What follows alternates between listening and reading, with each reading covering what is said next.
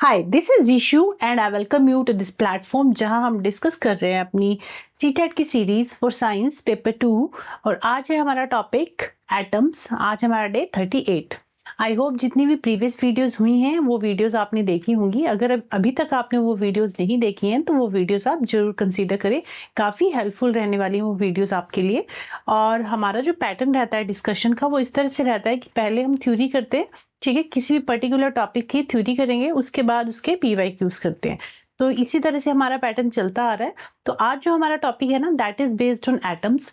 पहले तो क्या होता था, एटम जो है एक्चुअली एटम्स चैप्टर जो है ना 9th-10th का टॉपिक है, 9th का टॉपिक है, ठीक है। बट पहले तो नहीं आता था, 6 to 8 की एनसीईआरटी ही पूछी जाती थी। बट अब क्या है, 3-4 साल से एटम्स का जो टॉपिक है पूछा जा रहा है आपके एग्जाम में। तो ये काफ़ी इंपॉर्टेंट है आपके एग्जाम पॉइंट ऑफ व्यू से। तो इस टॉपिक को आज हम कवर करेंगे along with their PYQs. Okay, तो बने रहिए एंड लास्ट तक बने रहिए। पहले आप थ्योरी समझिए कि क्या होता है, क्या थ्योरी आपको समझ आ रही है नहीं आ रही, उसके बाद एंड के पीवाईक्यूज हैं तो आपको खुद ही आइडिया हो जाएगा कि किस तरह से हमारी प्रिपरेशन इस प्लेटफॉर्म पे चल रही है, ठीक है। तो चलिए स्टार्ट करते हैं अपनी आज की क्लास। कुछ वीडियो कह रही हूँ, ये स्लाइड्स हैं। स्लाइड्स देखो, हम क्या क्या डिस्कस करने वाले हैं आपको बता देती हूँ। एटम की डिस्कवरी कैसे कैसे हुई, ठीक है, वो सारा हम डिस्कस करेंगे। कौन कौन से मेन इंपॉर्टेंट साइंटिस्ट हैं जिन्होंने एटम्स की खोज की, ठीक है। प्रोटॉन्स, न्यूट्रॉन्स, इलेक्ट्रॉन्स के बारे में हमें पता चला। और उसके बाद फिर करेंगे हम एटॉमिक नंबर क्या होता है हमारा, मास नंबर क्या होता है, एंड वैलेंसी क्या है, वैलेंस इलेक्ट्रॉन्स क्या है, आइसोटोप्स, आइसोबार। और उसके बाद है केमिकल फॉर्मूला। तो मतलब किसी भी कंपाउंड का अगर हमें केमिकल फॉर्मूला निकालना है तो हम कैसे निकालेंगे। और ये सारे टॉपिक, इन सारे टॉपिक से रिलेटेड क्वेश्चन पूछे जा रहे हैं, दैट्स वाई हम ये सारे टॉपिक कवर करेंगे। हो सकता है थोड़ा सा लेंदी हो जाए चैप्टर, वीडियो थोड़ी लेंदी हो जाए, बट चलिए करते हैं, करना तो है ही क्योंकि आपके पेपर में तो आएंगे क्वेश्चन। तो ये क्वेश्चन देखिए मैंने लिए हुए हैं, बता देती हूँ किस तरह के क्वेश्चन पूछे जाते हैं, ठीक है। थ्योरी के साथ साथ क्वेश्चन कर लेना तो एक आइडिया हो जाता है कि किस तरह के क्वेश्चन पूछे जाते हैं। तो इसीलिए थ्योरी के साथ साथ हम पीवाईक्यूज भी लेके चलते हैं साथ में, ठीक है। पहले तो स्टार्टिंग के कुछ वीडियोस हैं जिनमें मैंने पीवाईक्यूज अलग, थ्योरी अलग की है, देन पीवाईक्यूज अलग सेपरेट वीडियो में किए हैं। बट अब क्या है, मैंने टॉपिक के साथ ही जो है क्वेश्चन आंसर अपने पीवाईक्यूज ले रही हूँ। आज की वीडियो हो सकती है थोड़ी लेंदी हो जाए।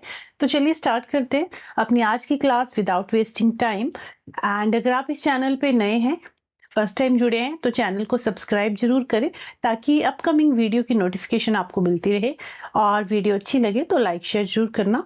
एंड इसके जो नोट्स है ना आपको मेरे टेलीग्राम चैनल पे मिलेंगे, that is reissue science academy. ये नोट्स बिल्कुल फ्री ऑफ कॉस्ट आपको प्रोवाइड किए जा रहे हैं, इसके लिए आपको कोई भी चार्ज नहीं करना है, ठीक है। और चलिए फिर स्टार्ट करते हैं। इसका लिंक मैं डिस्क्रिप्शन में दे दूंगी, कमेंट में दे दूंगी, वहां से आप ज्वाइन कर सकते हो, ठीक है। चलिए स्टार्ट करते हैं अपनी आज की क्लास। एंड हमारा टॉपिक है दैट इज एटम्स। सॉरी, तो जो एटम्स हैं, atoms actually wait atoms actually हैं क्या और कैसे एग्जिस्टेंस में आए, और कौन कौन से साइंटिस्ट हैं जिन्होंने इसके ऊपर काम किया, ठीक है, वही हम डिस्कस करेंगे। तो एटम्स क्या है ना, एक्चुअली जितनी भी लिविंग थिंग्स हैं और नॉन लिविंग थिंग्स हैं, living and non living thing, हर एक चीज जो है एटम से मिलके बनी है, ठीक है। हर एक चीज जो है एटम से मिलके बनी है, चाहे वो लिविंग थिंग हो चाहे वो नॉन लिविंग थिंग हो, ठीक है। बिकॉज एटम्स एक्चुअली है क्या, atoms are the building blocks of matter. Atom क्या है, बिल्डिंग ब्लॉक्स ऑफ मैटर। और मैटर क्या होता है, मैटर होता है विच ऑक्यूपाई स्पेस।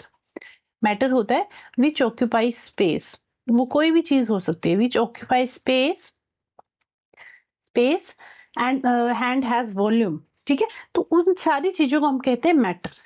और मैटर का जो बिल्डिंग ब्लॉक है वो क्या है, एटम। मतलब मैटर भी किससे बना है, एटम से बना है।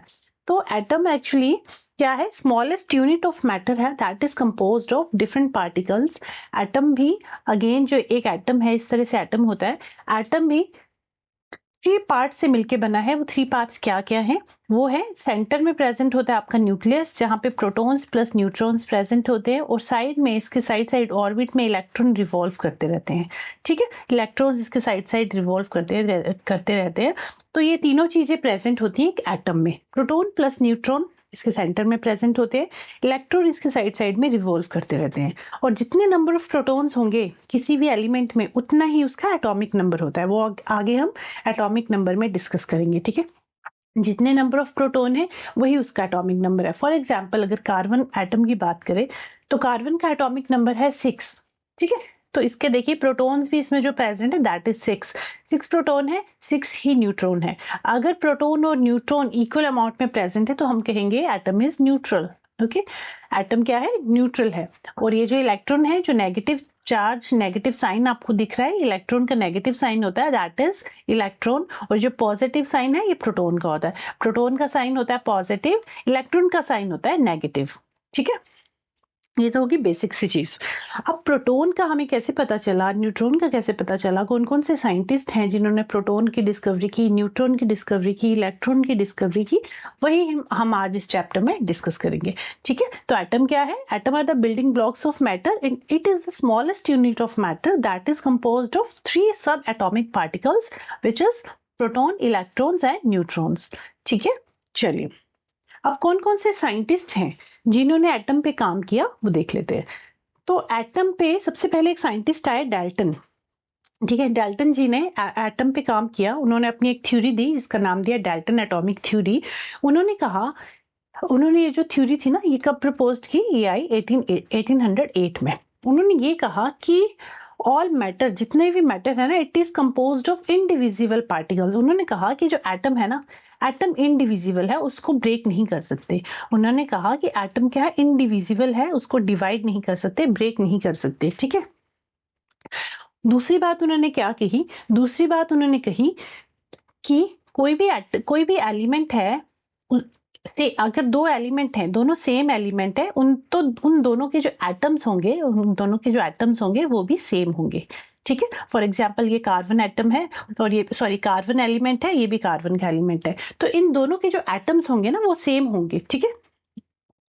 और उन्होंने कहा 2 डिफरेंट एलिमेंट जो है, जैसे फॉर एग्जाम्पल कार्बन ले लो और ऑक्सीजन ले लो, 2 डिफरेंट एलिमेंट्स के जो एटम्स होंगे वो डिफरेंट होंगे। So this is true. Second जो उनका प्रपोजल था दैट इज ट्रू, बट जो फर्स्ट उन्होंने कहा कि atoms are indivisible, this is not true, क्योंकि इनके बाद एक और साइंटिस्ट आए, ठीक है, जे थॉमसन जी आए। उन्होंने कहा कि एटम को डिवाइड कर सकते हैं, एटम इनडिविजिबल नहीं है, उन्होंने कहा एटम्स को हम डिवाइड कर सकते हैं, ठीक है। तो सबसे पहले कौन से साइंटिस्ट आए, डाल्टन जी, जिन्होंने अपनी थ्योरी दी, डाल्टन एटॉमिक थ्योरी, और उन्होंने कहा कि एटम जो है इनडिविजिबल है। उन्होंने 2 स्टेटमेंट्स दी, एटम जो है इनडिविजिबल है। सेकंड स्टेटमेंट उन्होंने कही कि सेम एलिमेंट के जो एटम्स होंगे वो सेम होंगे, डिफरेंट एलिमेंट्स के एटम जो है वो डिफरेंट होंगे। सो दिस इज ट्रू, ठीक है। बट जो फर्स्ट स्टेटमेंट थी वो गलत होगी। तो जे थॉमसन जी आए, उन्होंने इस बात को प्रूव किया कि एटम जो है इनडिविजिबल नहीं है, एटम्स को हम डिवाइड कर सकते हैं, ठीक है। इन थ्योरी को ना, थ्योरीज को थोड़ा स्टोरी की तरह समझना, तब आपको अच्छा लगेगा, इंटरेस्टिंग भी लगेगा, ठीक है। तो डाल्टन जी के बाद कौन से साइंटिस्ट आए, जे थॉमसन, ठीक है। अब जे थॉमसन जी आए, उन्होंने कहा एटम को हम डिवाइड कर सकते हैं। तो उन्होंने कहा कि एटम जो है ना, एटम के साइड साइड में इलेक्ट्रॉन्स प्रेजेंट है, एक नेगेटिवली चार्ज्ड पार्टिकल प्रेजेंट है जिसे हम कह रहे हैं इलेक्ट्रॉन। और उन्होंने कहा कि ये जो इलेक्ट्रॉन है ना, ये इसके अराउंड जो है रिवॉल्व करता रहता है, एटम के अराउंड जो है रिवॉल्व करता रहता है। तो इलेक्ट्रॉन की डिस्कवरी किसने की, एटम की खोज किसने की, जे थॉमसन जी ने।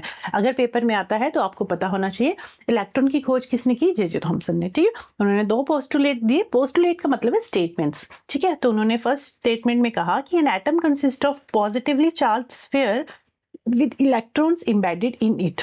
उन्होंने कहा एक स्फीयर है जो पॉजिटिवली चार्ज्ड है और उसके साइड साइड में इस तरह से इलेक्ट्रॉन्स रिवॉल्व कर रहे हैं, ठीक है। और उन्होंने ये भी कहा, सेकंड स्टेटमेंट में उन्होंने ये कहा, atom has a whole is electrically neutral because the negative and positive charge are equal in magnitude. उन्होंने कहा कि जो एटम है ना वो न्यूट्रल होते हैं बिकॉज पॉजिटिव और नेगेटिव चार्ज जो है ना उनमें इक्वल अमाउंट में प्रेजेंट है, इक्वल मैग्नीट्यूड है दोनों का, जितने पॉजिटिव चार्ज है उतने ही नेगेटिव चार्ज है। तो उन्होंने कहा बराबर मात्रा में, बराबर मैग्नीट्यूड में प्रेजेंट है पॉजिटिव और नेगेटिव चार्ज। उन्होंने 2 पोस्टुलेट्स दिए, कौन कौन से। फर्स्ट स्टेटमेंट में उन्होंने कहा कि इलेक्ट्रॉन जो हैं एक स्फीयर के अराउंड रिवॉल्व कर रहे हैं, सेकंड स्टेटमेंट में कहा उन्होंने कि पॉजिटिव और नेगेटिव चार्ज जो है ना इक्वल अमाउंट में प्रेजेंट है, ठीक है, और पॉजिटिव चार्ज जो है सेंटर में प्रेजेंट है और इलेक्ट्रॉन जो है उसके साइड साइड में रिवॉल्व कर रहे हैं। तो ये दो स्टेटमेंट्स उन्होंने दी। थॉमसन एटॉमिक मॉडल जो है ना it is compare to watermelon, इसको वाटरमेलन से कंपेयर किया जाता है, उसको वाटरमेलन मॉडल भी कहा जाता है, वाटरमेलन मॉडल भी कहा जाता है। क्यों कहा जाता है? उन्होंने कहा, देखो इस इमेज से समझाती हूँ। और ये जो वाटरमेलन मॉडल था ना, तो चलो इमेज दिखाती हूँ पहले आपको, फिर समझ आएगा। ये वाटरमेलन मॉडल क्यों कहा जाता है? उन्होंने कहा कि ये जो वाटरमेलन का रेड रेड पोर्शन है ना, उन्होंने इसको कहा कि ये तो पॉजिटिव चार्ज है, और जो सीड्स प्रेजेंट, ये जो सीड्स है इनको इन्होंने कहा कि ये जो सीड्स हैं ये हमारे इलेक्ट्रॉन्स हैं। तो ठीक है, तो जो वाटरमेलन मॉडल क्यों कहा जाता है, उन्होंने इसको वाटरमेलन के साथ कंपेयर करके बताया कि जैसे वाटरमेलन में जो रेड रेड पोर्शन है उसको हम पॉजिटिव कह रहे हैं, और जो सीड्स है ना वैसे उसको हम इलेक्ट्रॉन्स कह रहे हैं। तो that's why it is called watermelon model also, ठीक है। और उन्होंने कहा जो पॉजिटिव और नेगेटिव चार्ज है ना वो इक्वल मैग्नीट्यूड में प्रेजेंट है। ये इनकी सेकंड स्टेटमेंट थी, ठीक है। और इनका पूरा नाम है जोसेफ जॉन थॉमसन, और इन्होंने ये मॉडल दिया थॉमसन मॉडल, जिसे वाटरमेलन मॉडल भी कहते हैं, ठीक है। तो इन्होंने इलेक्ट्रॉन की खोज की, इन्होंने वाटरमेलन मॉडल दिया जिसके थ्रू इनको पता चला कि इलेक्ट्रॉन्स प्रेजेंट है और इलेक्ट्रॉन जो है एटम के अराउंड जो है रिवॉल्व करते हैं, ठीक है। अब इन्होंने इलेक्ट्रॉन की खोज कैसे की? इलेक्ट्रॉन की जो खोज की ना इन्होंने की कैथोड रे एक्सपेरिमेंट से। इन्होंने एक एक्सपेरिमेंट किया जिसका नाम था कैथोड रे एक्सपेरिमेंट। तो पेपर में पूछा जा सकता है कि जो इन्होंने इलेक्ट्रॉन की खोज की थी वो कैसे की थी? तो कैथोड रे एक्सपेरिमेंट के थ्रू इन्होंने इलेक्ट्रॉन की खोज की थी, ठीक है। तो इतना समझ आ गया। पहले साइंटिस्ट हमारे आए कौन? डाल्टन जी। उन्होंने कहा कि एटम को हम डिवाइड नहीं कर सकते, और सेम एटम्स के जो एलिमेंट्स होंगे, सेम एलिमेंट्स के जो एटम्स होंगे वो सेम होंगे, और डिफरेंट एलिमेंट के एटम डिफरेंट होंगे, ठीक है। उसके बाद जे थॉमसन जी आए, उन्होंने कहा कि ऐसा नहीं कि एटम को डिवाइड नहीं कर सकते, एटम को बिल्कुल डिवाइड कर सकते हैं। और उन्होंने इलेक्ट्रॉन की खोज की। उन्होंने कहा इलेक्ट्रॉन जो है एक स्फीयर के अराउंड रिवॉल्व करते हैं और सेंटर में पॉजिटिव चार्ज प्रेजेंट है, और उन्होंने कहा कि पॉजिटिव और नेगेटिव दोनों इक्वल मैग्नीट्यूड में प्रेजेंट होते हैं, ठीक है। और कैथोड रे एक्सपेरिमेंट के थ्रू उन्होंने इलेक्ट्रॉन्स की खोज की थी, ओके। तो वाटरमेलन सीड्स को उन्होंने कहा कि ये नेगेटिवली चार्ज पार्टिकल है, और जो पॉजिटिवली चार्ज है, जो रेड पोर्शन है ना, उसको कहा कि ये पॉजिटिवली चार्ज है। तो इस तरह से उन्होंने वाटरमेलन मॉडल दिया। जे थॉमसन जी के बाद थर्ड जो साइंटिस्ट आए, रदरफोर्ड जी, ठीक है। क्योंकि इलेक्ट्रॉन्स का तो हमें पता चल गया ना, बट प्रोटॉन और न्यूट्रॉन अभी भी बाकी हैं। प्रोटॉन की खोज किसने की, न्यूट्रॉन की खोज किसने की, वो देखते हैं। तो आगे आए थर्ड साइंटिस्ट हमारे आए रदरफोर्ड। रदरफोर्ड जी ने कहा, उन्होंने कहा कि जो एक स्फीयर है जिसके अराउंड इलेक्ट्रॉन्स प्रेजेंट होते हैं, तो उन्होंने कहा कि जो सेंटर में न्यूक्लियस है ना, सेंटर में जो पोर्शन है ना, एक पॉजिटिवली चार्ज सेंटर जो है दैट इज कॉल्ड न्यूक्लियस। जो यहाँ पे पॉजिटिव चार्ज प्रेजेंट है उसको उन्होंने कहा कि ये जो है ना एक किसी एटम का न्यूक्लियस होता है, ठीक है। उन्होंने इसको नाम दिया न्यूक्लियस। और इसमें जो पॉजिटिव चार्ज प्रेजेंट है इसको उन्होंने कहा कि ये होते हैं प्रोटॉन्स। इन्होंने इसको नाम दे दिया प्रोटॉन्स, ठीक है। और ये जो प्रोटॉन्स और न्यूक्लियस के बारे में इन्होंने खोज की, तो ये इन्होंने कौन सा एक्सपेरिमेंट किया? Gold foil experiment. जो रदरफोर्ड जी थे, रदरफोर्ड जी ने गोल्ड फॉयल एक्सपेरिमेंट किया, जिससे उन्हें पता चला कि न्यूक्लियस में सेंटर में, एटम के सेंटर में जो है पॉजिटिव चार्ज प्रेजेंट है, जिसको उन्होंने नाम दिया कि न्यूक्लियस है। किसी भी एटम का जो न्यूक्लियस है वो सेंटर में प्रेजेंट होता है और उसमें पॉजिटिव चार्ज प्रेजेंट होते हैं, और इलेक्ट्रॉन जो है उसके अराउंड रिवॉल्व करते रहते हैं, ठीक है। तो ये रदरफोर्ड जी ने कहा। तो Rutherford is credit with the discovery of proton इन 1917। और ये जो प्रोटॉन डिस्कवर किए कौन से एक्सपेरिमेंट के थ्रू किए? गोल्ड फॉयल एक्सपेरिमेंट से। Based on the gold foil experiment establish the nuclear model of the atom, let the discovery of atomic nucleus. Atomic nucleus की भी इन्होंने डिस्कवरी की। His findings show that an atom has a small, dense, positively charged center called the nucleus, which contain most of that atom's mass, and the electrons revolve around it. Okay कि centre में जो nucleus है उसमें positive charge present है, और पूरा जो atom का मास है वो न्यूक्लियस पे डिपेंड करता है, एंड उसके इलेक्ट्रॉन जो है उसके इस तरह से इर्द गिर्द रिवॉल्व करते रहते हैं, ठीक है। तो ये कहा रदरफोर्ड जी ने, ठीक है। तो डाल्टन जी के बाद जे थॉमसन आए जिन्होंने इलेक्ट्रॉन की खोज की। जे थॉमसन के बाद रदरफोर्ड जी आए जिन्होंने क्या किया, प्रोटॉन की खोज की और न्यूक्लियस की खोज की। उन्होंने कहा जहां प्रोटॉन जिस रीजन में प्रेजेंट है उसे हम न्यूक्लियस कहते हैं। ठीक है, इतना क्लियर हो गया आपको। रदरफोर्ड जी के बाद, अच्छा रदरफोर्ड जी की ना जो मॉडल है उसके कुछ ड्रॉबैक हैं। क्या ड्रॉबैक है? उन्होंने कहा कि कोई भी जो इलेक्ट्रॉन है उसके अराउंड, ये स्फीयर है हमारा, ये न्यूक्लियस है, कोई भी इलेक्ट्रॉन है वो इसके अराउंड इर्द गिर्द रिवॉल्व कर रहा है। ठीक है, ये सर्कुलर पाथ में रिवॉल्व कर रहा है एंड कंटिन्यूस रेडिएट एनर्जी, और वो कंटिन्यूस क्या कर रहा है, रेडिएट एनर्जी को, कंटिन्यूस रेडिएट एनर्जी। ठीक है, एनर्जी रिलीज कर रहा है। उन्होंने कहा अब कोई भी चीज काम कर रही है तो एक अपनी एनर्जी तो कंज्यूम, अपनी एनर्जी को तो वो यूज कर रहे हैं ना, एक पर एक टाइम एनर्जी यूज करते करते करते करते एक टाइम ऐसा आएगा कि जब वो वीक हो जाएगा, उसकी पूरी एनर्जी खत्म हो जाएगी। बट उन्होंने इस बारे में कोई बात नहीं की। उन्होंने एटम की स्टेबिलिटी के बारे में कोई बात नहीं की। उन्होंने बस ये कहा कि जो इलेक्ट्रॉन्स हैं वो इसके इर्द गिर्द रिवॉल्व करते रहते हैं और कंटिन्यूस रेडिएट करते हैं एनर्जी को। तो इनके बाद, रदरफोर्ड जी के बाद एक दूसरे साइंटिस्ट आए थे, बोहर जी आए। उन्होंने कहा कि अगर कोई इलेक्ट्रॉन इस तरह से रिवॉल्व करता रहेगा तो वो तो एक टाइम के बाद उसकी एनर्जी लूज हो जाएगी। ठीक है, और जब एनर्जी लूज हो जाएगी तो वो जाके अपने सेंटर में न्यूक्लियस में गिर जाएगा, और अगर वो न्यूक्लियस में गिर जाएगा तो फिर उस तरीके से, उस हिसाब से तो फिर एटम जो है वो हमारे स्टेबल नहीं रहेंगे। बट एटम्स तो स्टेबल होते हैं, है ना।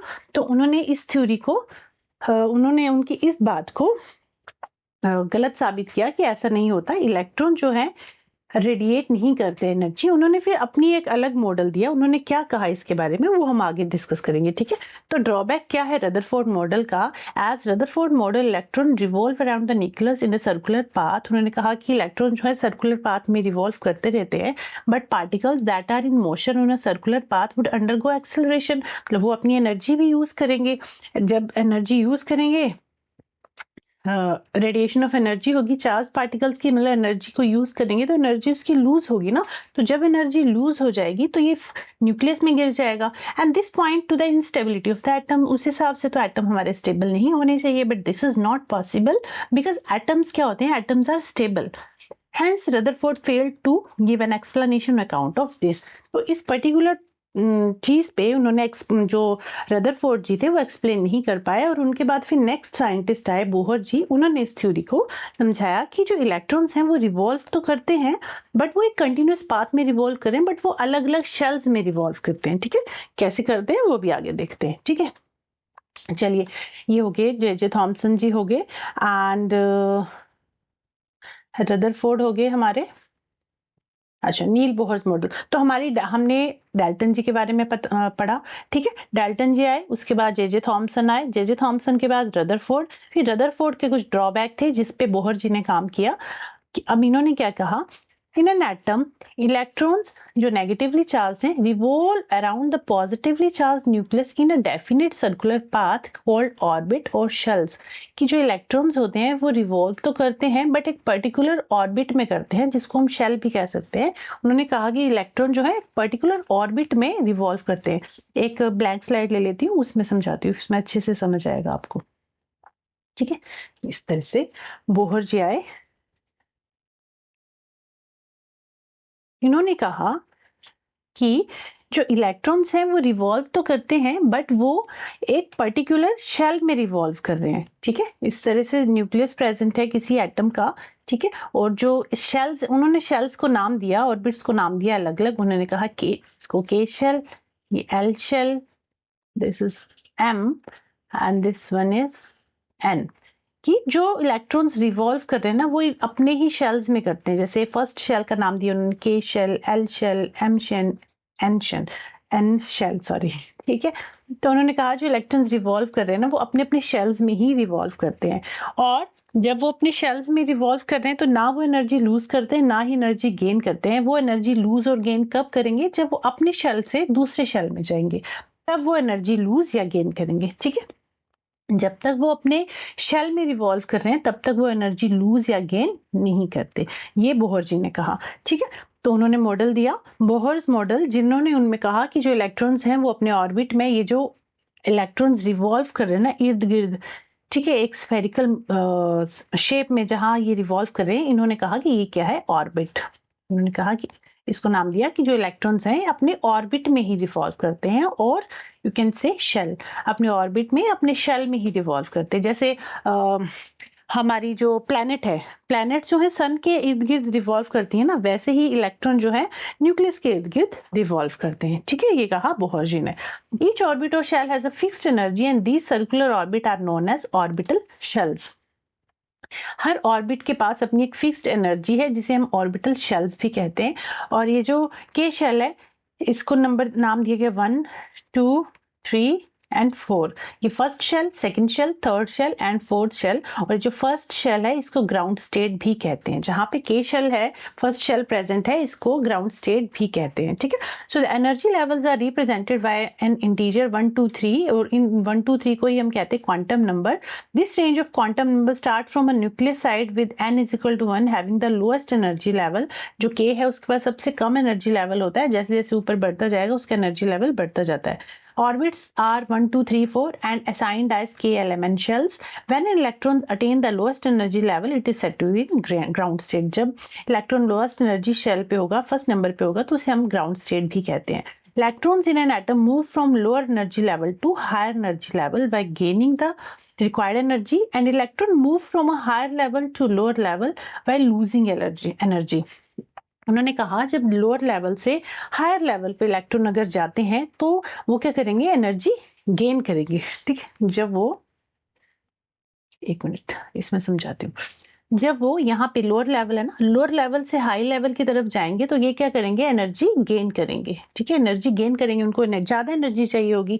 बट जब वो हायर लेवल से लोअर लेवल की तरफ आएंगे तो ये एनर्जी रिलीज करेंगे। ठीक है, जब लोअर टू हायर जा रहे हैं तो एनर्जी गेन कर रहे हैं, इनको ज्यादा एनर्जी चाहिए। जैसे फॉर एग्जाम्पल आपको सीढ़ियां चढ़नी है, ऊपर सीढ़ियां चढ़ते हुए जा रहे हो तो आपको ज्यादा एनर्जी चाहिए। उसी तरह जब इलेक्ट्रॉन्स लोअर से हायर पे जाएंगे तो इनको ये क्या करेंगे, एनर्जी गेन करेंगे। जैसे ही हायर टू लोअर आएंगे तो एनर्जी को ये एमिट करेंगे। ठीक है, रिलीज करेंगे। ठीक है, ये था बोहर्स मॉडल।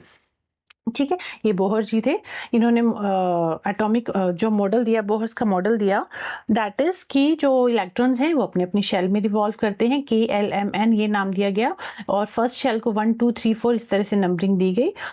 और फिर इनके बाद एक और साइंटिस्ट थे, बरी जी। फिर बोहर और बरी जी ने मिलकर एक काम किया और उन्होंने एक स्कीम दी जिसे 2n² फॉर्मूला भी कहते हैं। अब ये 2n² क्या है आगे डिस्कस करते हैं। ठीक है, 2n² क्या है ना, एक्चुअली एन में हम, उन्होंने कहा कि हर ऑर्बिट में, पर्टिकुलर ऑर्बिट में, पर्टिकुलर शेल में इंडिविजुअल इलेक्ट्रॉन्स रिवॉल्व करते हैं। फॉर एग्जाम्पल अगर के शेल की बात करें तो उन्होंने फॉर्मूला लगाया 2n²। एन क्या है, कौन से नंबर पे है, 1 पे, तो 2 × 1² कितना आ गया, 2। मतलब के शेल में ओनली 2 इलेक्ट्रॉन्स रिवॉल्व करते हैं। ठीक है, अगर एल शेल की बात करें, 2n² फॉर्मूला लगा के, एन क्या है, अब सेकंड ऑर्बिट का निकाल रहे हो आप, तो इसको 2 2 4, 4 2 8, तो सेकंड शेल में 8 इलेक्ट्रॉन्स जो हैं, 8 इलेक्ट्रॉन्स प्रेजेंट होंगे, 1 2 3 4 5 6 7 8। जो फर्स्ट शेल है उसमें 2 इलेक्ट्रॉन्स होंगे ओनली, सेकंड शेल में 8 इलेक्ट्रॉन्स होंगे। एंड थर्ड शेल की अगर बात करें, ये आगे भी डिस्कस करूंगी बट यहीं बता देती हूँ, यहाँ मेंशन है तो आप कंफ्यूज हो गए कि ये 2n² क्या है। ठीक है, उन्होंने एक फॉर्मूला दिया 2n² का, जिसमें उन्होंने बताया कि के शेल में कितने इलेक्ट्रॉन्स प्रेजेंट होंगे, एल शेल में कितने, ये बोहर और बरी ने मिलकर काम किया था दोनों ने, और एल में कितने होंगे, एम में कितने होंगे, तो एम में कितने होंगे, फिर से 2n² का फॉर्मूला लगाइए। एन क्या है, 3, 2 × 3 3 9 2 18, तो जो थर्ड शेल है उसमें 18 इलेक्ट्रॉन्स प्रेजेंट है, एम शेल में 18 इलेक्ट्रॉन्स प्रेजेंट होंगे। और अगर एन शेल की बात करें तो एन की वैल्यू 4 रख दो, 2 × 4, 4 4 16, 16 2 32, तो जो हमारा एन शेल है इसमें कितने इलेक्ट्रॉन्स प्रेजेंट होंगे, 32 इलेक्ट्रॉन्स। ठीक है, और ये हो गया बोहर मॉडल। उन्होंने बताया कि इलेक्ट्रॉन इस तरह से रिवॉल्व करते हैं, और के शेल में 2 इलेक्ट्रॉन्स होंगे, एल शेल में 8 इलेक्ट्रॉन्स होंगे, एम शेल में 18 इलेक्ट्रॉन्स होंगे, एन शेल में 32 इलेक्ट्रॉन्स होंगे। अब ये जो शेल्स हैं इनके भी अंदर और कुछ सब शेल्स थी, वो भी डिस्कस करूंगी आगे, कि उन सब शेल SPDF जिनको हम कहते हैं वो और सब शेल थी, उन सब शेल का क्या काम है, उनमें कितने इलेक्ट्रॉन्स आएंगे, वो सारे आगे देखते हैं। ठीक है, इतना आई होप आपको क्लियर हुआ होगा। तो इलेक्ट्रॉन्स और प्रोटॉन्स की स्टोरी तो आपको समझ आ गई। इलेक्ट्रॉन्स किसने डिस्कवर किए? जे थॉमसन ने। ठीक है, जे थॉमसन जी आए, उन्होंने क्या किया? इलेक्ट्रॉन्स की खोज की। ठीक है, इलेक्ट्रॉन की खोज यहाँ आपको दिख नहीं रहा होगा। इलेक्ट्रॉन की खोज किसने की? जे थॉमसन ने। जे थॉमसन ने। उसके बाद प्रोटॉन की खोज किसने की? रदरफोर्ड जी ने। रदरफोर्ड ने प्रोटॉन की खोज की और उन्होंने कहा कि सेंटर में एक पॉजिटिव चार्ज प्रेजेंट है जिसको हम न्यूक्लियस कहते हैं, और एटम का जो मास है वो उसके सेंटर न्यूक्लियस पे ही प्रेजेंट करता है कि कितने नंबर ऑफ प्रोटॉन्स हैं उसके। ठीक है, तो इलेक्ट्रॉन की खोज जे थॉमसन ने की, प्रोटॉन की खोज की रदरफोर्ड जी ने। अब रह गया हमारा न्यूट्रॉन। न्यूट्रॉन की खोज किसने की? एक और साइंटिस्ट आए जिनका नाम था जेम्स चैडविक। तो इन्होंने न्यूट्रॉन्स की खोज की इन 1932 में। ठीक है, a sub atomic particle with not net electric charge and mass similar to that of proton. उन्होंने कहा कि जो न्यूट्रॉन्स हैं इनका जो मास है, ये जो न्यूट्रॉन्स हैं, आंसर कर देती हूँ, ये जो न्यूट्रॉन्स हैं इनका जो मास है उतना ही है जितना नंबर ऑफ प्रोटॉन्स है, उतने ही नंबर ऑफ न्यूट्रॉन्स है, और इन न्यूट्रॉन्स पे कोई चार्ज नहीं है, ना ही पॉजिटिव चार्ज है ना ही नेगेटिव चार्ज है। ठीक है, जो न्यूट्रॉन है दैट इज न्यूट्रल।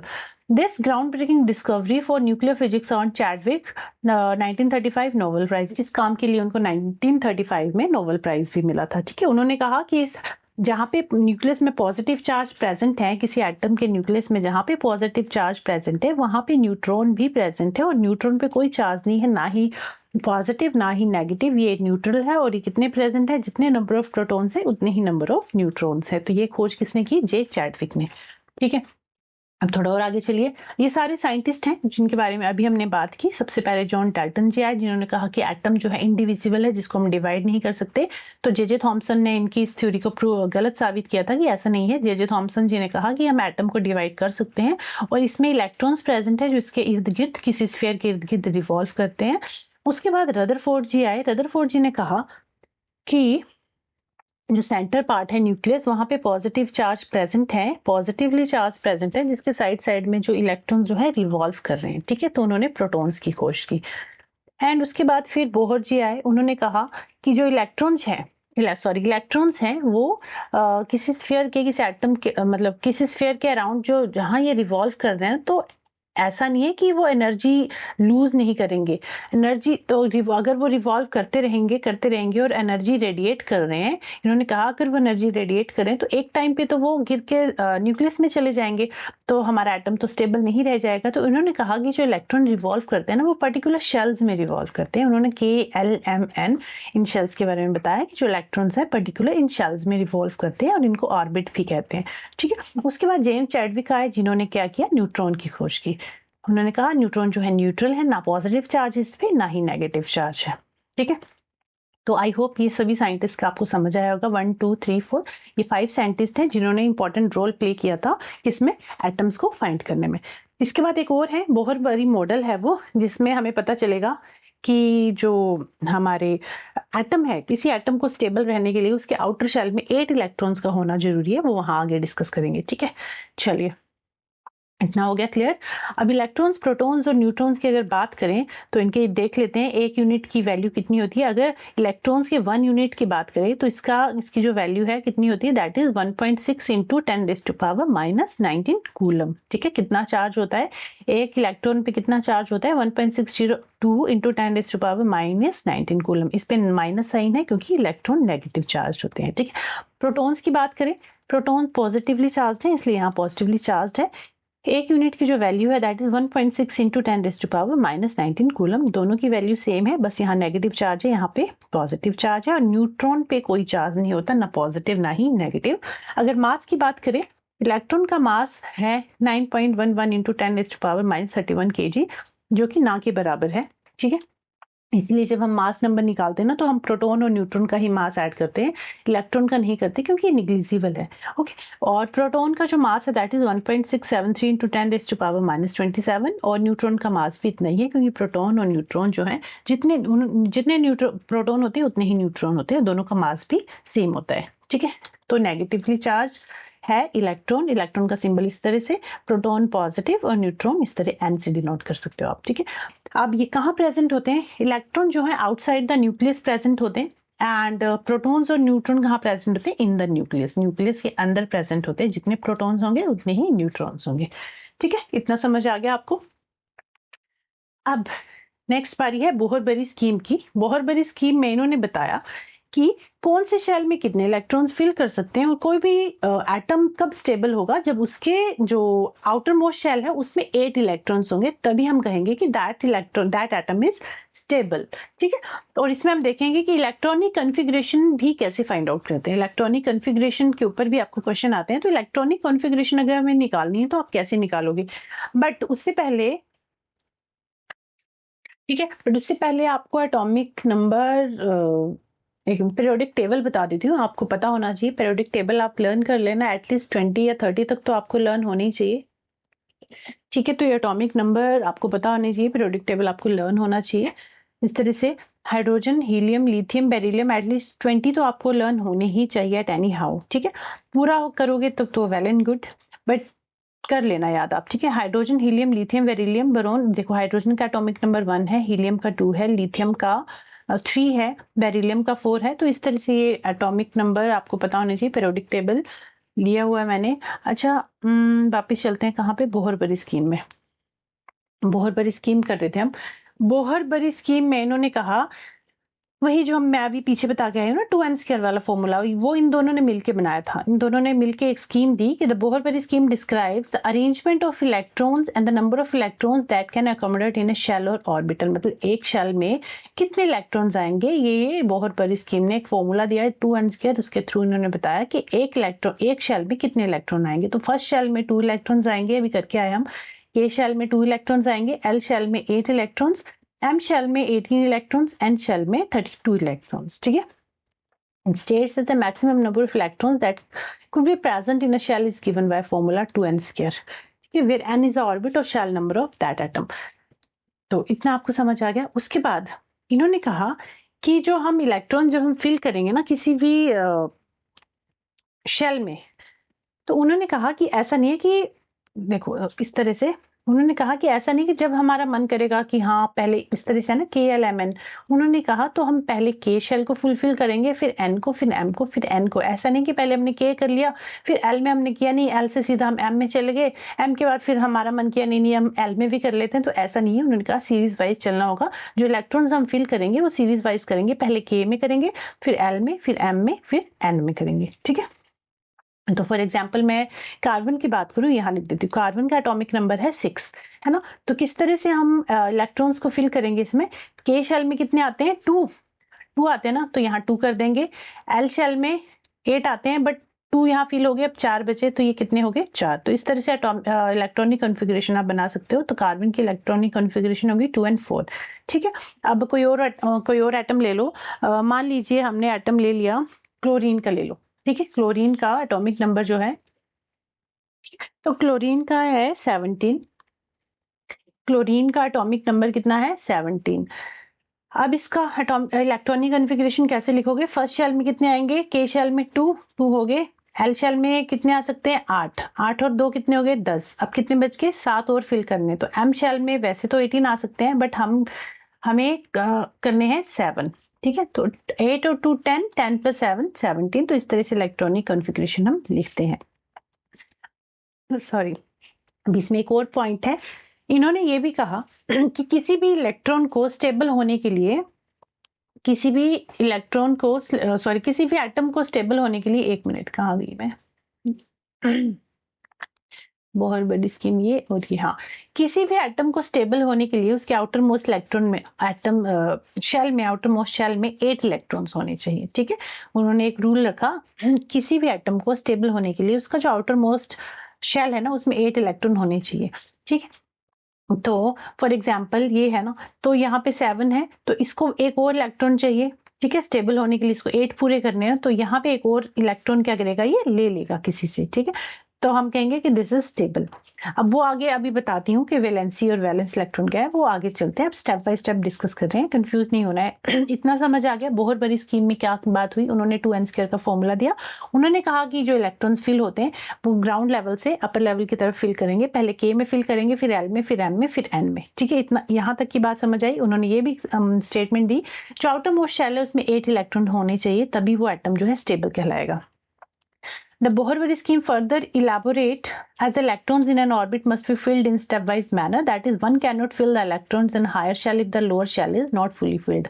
Lower अगर fully filled नहीं है तो ऐसा नहीं है कि डायरेक्ट आप हायर में फिल कर दोगे। ठीक है, electron revolves around the nucleus in a specific fixed path and that path is called an orbit. This is the certain limit of each orbit that can have a certain number of electrons. The outermost shell cannot hold more than 8 electrons. जो outermost shell है 8 electron से ज्यादा वो नहीं hold कर सकता। In an atom there are orbits or shells k element from lower to higher level, ठीक है। अब इसमें ना शेल्स के अंदर कुछ और सब शेल्स हैं जिनकी बात हम करेंगे। शेल्स के अंदर वैसे ये हायर क्लासेस में है, 11th में है, बट फिर भी आपको बता देती हूँ इसमें क्या है। शेल्स हैं, जैसे शेल्स की ना हमने K shell, L shell, M shell, N shell. इन शेल्स के अंदर और कुछ सब शेल्स होती हैं। शेल्स है ना जैसे के एल एम एन, उनके अंदर कुछ और सब शेल्स होंगे जिनका नाम है S P D and F. ठीक है, ये 4 सब शेल्स हैं किसके अंडर, के एल एम एन के अंदर। अब जैसे के है तो उसके पास एस सब शेल है। अगर हम एल की बात करें तो एस और पी दोनों सब शेल होंगे उसके पास। एम की बात करें तो एम के पास एस पी डी तीनों सब शेल्स हैं। एन की बात करें, एन शेल की, तो उसके पास एस पी डी एफ चारों सब शेल्स हैं। ठीक है, अब उन्होंने कहा कि स्टेबल होने के लिए 8 इलेक्ट्रॉन्स होने चाहिए। ठीक है, अब वो जो एस है ना, एस के पास, एस की जो स्टेबिलिटी है, एस, चलो मैं इस तरह से बना देती हूँ, एस पी डी एफ। तो एस का जो ऑर्बिटल है ना इस तरह से होता है 1, ये एस। पी की अगर बात करूं तो पी का जो ऑर्बिटल है 3, 1 2 3, सो एस पी। हाँ, डी की बात करूं तो इसके पास है 5 ऑर्बिटल, 1 2 1 2 3 4 5। एफ की बात करूं तो इसके पास है 8 ऑर्बिटल्स। ये देखिए इस तरह से यहाँ पे लिखा हुआ है मैंने। Each shell or orbit has a subshell named as SPDF, which has 1 3 5 and 7 orbitals, 1 3 5 and 7 orbitals carrying 2 6 10 and 14 electrons। कैसे, अभी बताती हूँ। 1 3 5 and 7 सबशेल्स हैं। इसके पास 1 है, इसके पास 3 है, इसके पास 5 है और इसके पास 7 सबशेल्स हैं। कहाँ गया मेरा पेन, ये इस तरह से 1 2 3 1 2 3 4, यहाँ बना देती हूँ इसी के साथ। चलिए यहाँ बनाती हूँ थोड़ा बड़ा करके, 7 ऑर्बिटल्स, 1 2 3 4, 1 2 3 4 5 6 और यहाँ बना देती हूँ 7। ठीक है, इसको काट दो। जो एस ऑर्बिटल है उसके पास 1 है, पी के पास 3 ऑर्बिटल है, एस पी डी के पास 5 ऑर्बिटल है, एस पी डी एफ के पास 7 ऑर्बिटल्स हैं। अब ये ऑर्बिट क्या है और ऑर्बिटल क्या है, इसमें कंफ्यूज नहीं होना है। ऑर्बिट क्या होता है ना, ये कोई न्यूक्लियस है एटम का, इसके इर्द गिर्द जो इलेक्ट्रॉन रिवॉल्व कर रहे हैं ना, जैसे सन के अराउंड में हमारी अर्थ रिवॉल्व कर रही है। ठीक है, उसको कहेंगे ऑर्बिट। मतलब ये एक ऑर्बिट में, एक पर्टिकुलर ऑर्बिट में रिवॉल्व कर रहे हैं ये इलेक्ट्रॉन्स। ठीक है, अगर हम बात करें ऑर्बिटल की, ऑर्बिटल क्या है, ऑर्बिटल ऐसा पॉइंट है, ऐसा स्पेस है जहां पे इलेक्ट्रॉन्स की प्रेजेंस की जो स्टेबिलिटी है वो बढ़ जाती है। मतलब ऐसा पॉइंट है जहां हमें पता है कि यहाँ इलेक्ट्रॉन्स होंगे ही होंगे। यहाँ पे हमें नहीं पता इलेक्ट्रॉन्स कहाँ होंगे क्योंकि इलेक्ट्रॉन जो है रिवॉल्व कर रहे हैं ऑर्बिट के अराउंड। बट यहाँ पे इलेक्ट्रॉन्स का हमें पता है कि इस जगह पे, पर्टिकुलर इस जगह पे इलेक्ट्रॉन्स प्रेजेंट होंगे, उसी को हम कह रहे हैं ऑर्बिटल। ऑर्बिटल क्या है, पर्टिकुलर स्पेस है। ऑर्बिटल एक पर्टिकुलर स्पेस है जहाँ पे इलेक्ट्रॉन्स प्रेजेंट है। ऑर्बिटल क्या है, एक पर्टिकुलर स्पेस है, एक जगह है, एक ऐसी जगह है जहाँ पे इलेक्ट्रॉन्स प्रेजेंट होते हैं। ठीक है, तो अब जो SPDF है, शेल्स के KLMN शेल्स का हमने डिस्कस किया। अब KLMN शेल्स के अंदर भी और सब शेल्स हैं जिनको कहा SPDF। ये SPDF, S के पास 1 ऑर्बिटल है, P के पास 3, D के पास 5 और F के पास 7 ऑर्बिटल्स हैं। अब एक ऑर्बिटल में 2 ही इलेक्ट्रॉन्स फिल हो सकते हैं। ठीक है, इस तरह से इलेक्ट्रॉन्स फिल करते हैं। एक ऑर्बिटल में 2 ही इलेक्ट्रॉन्स फिल होंगे इस तरह से।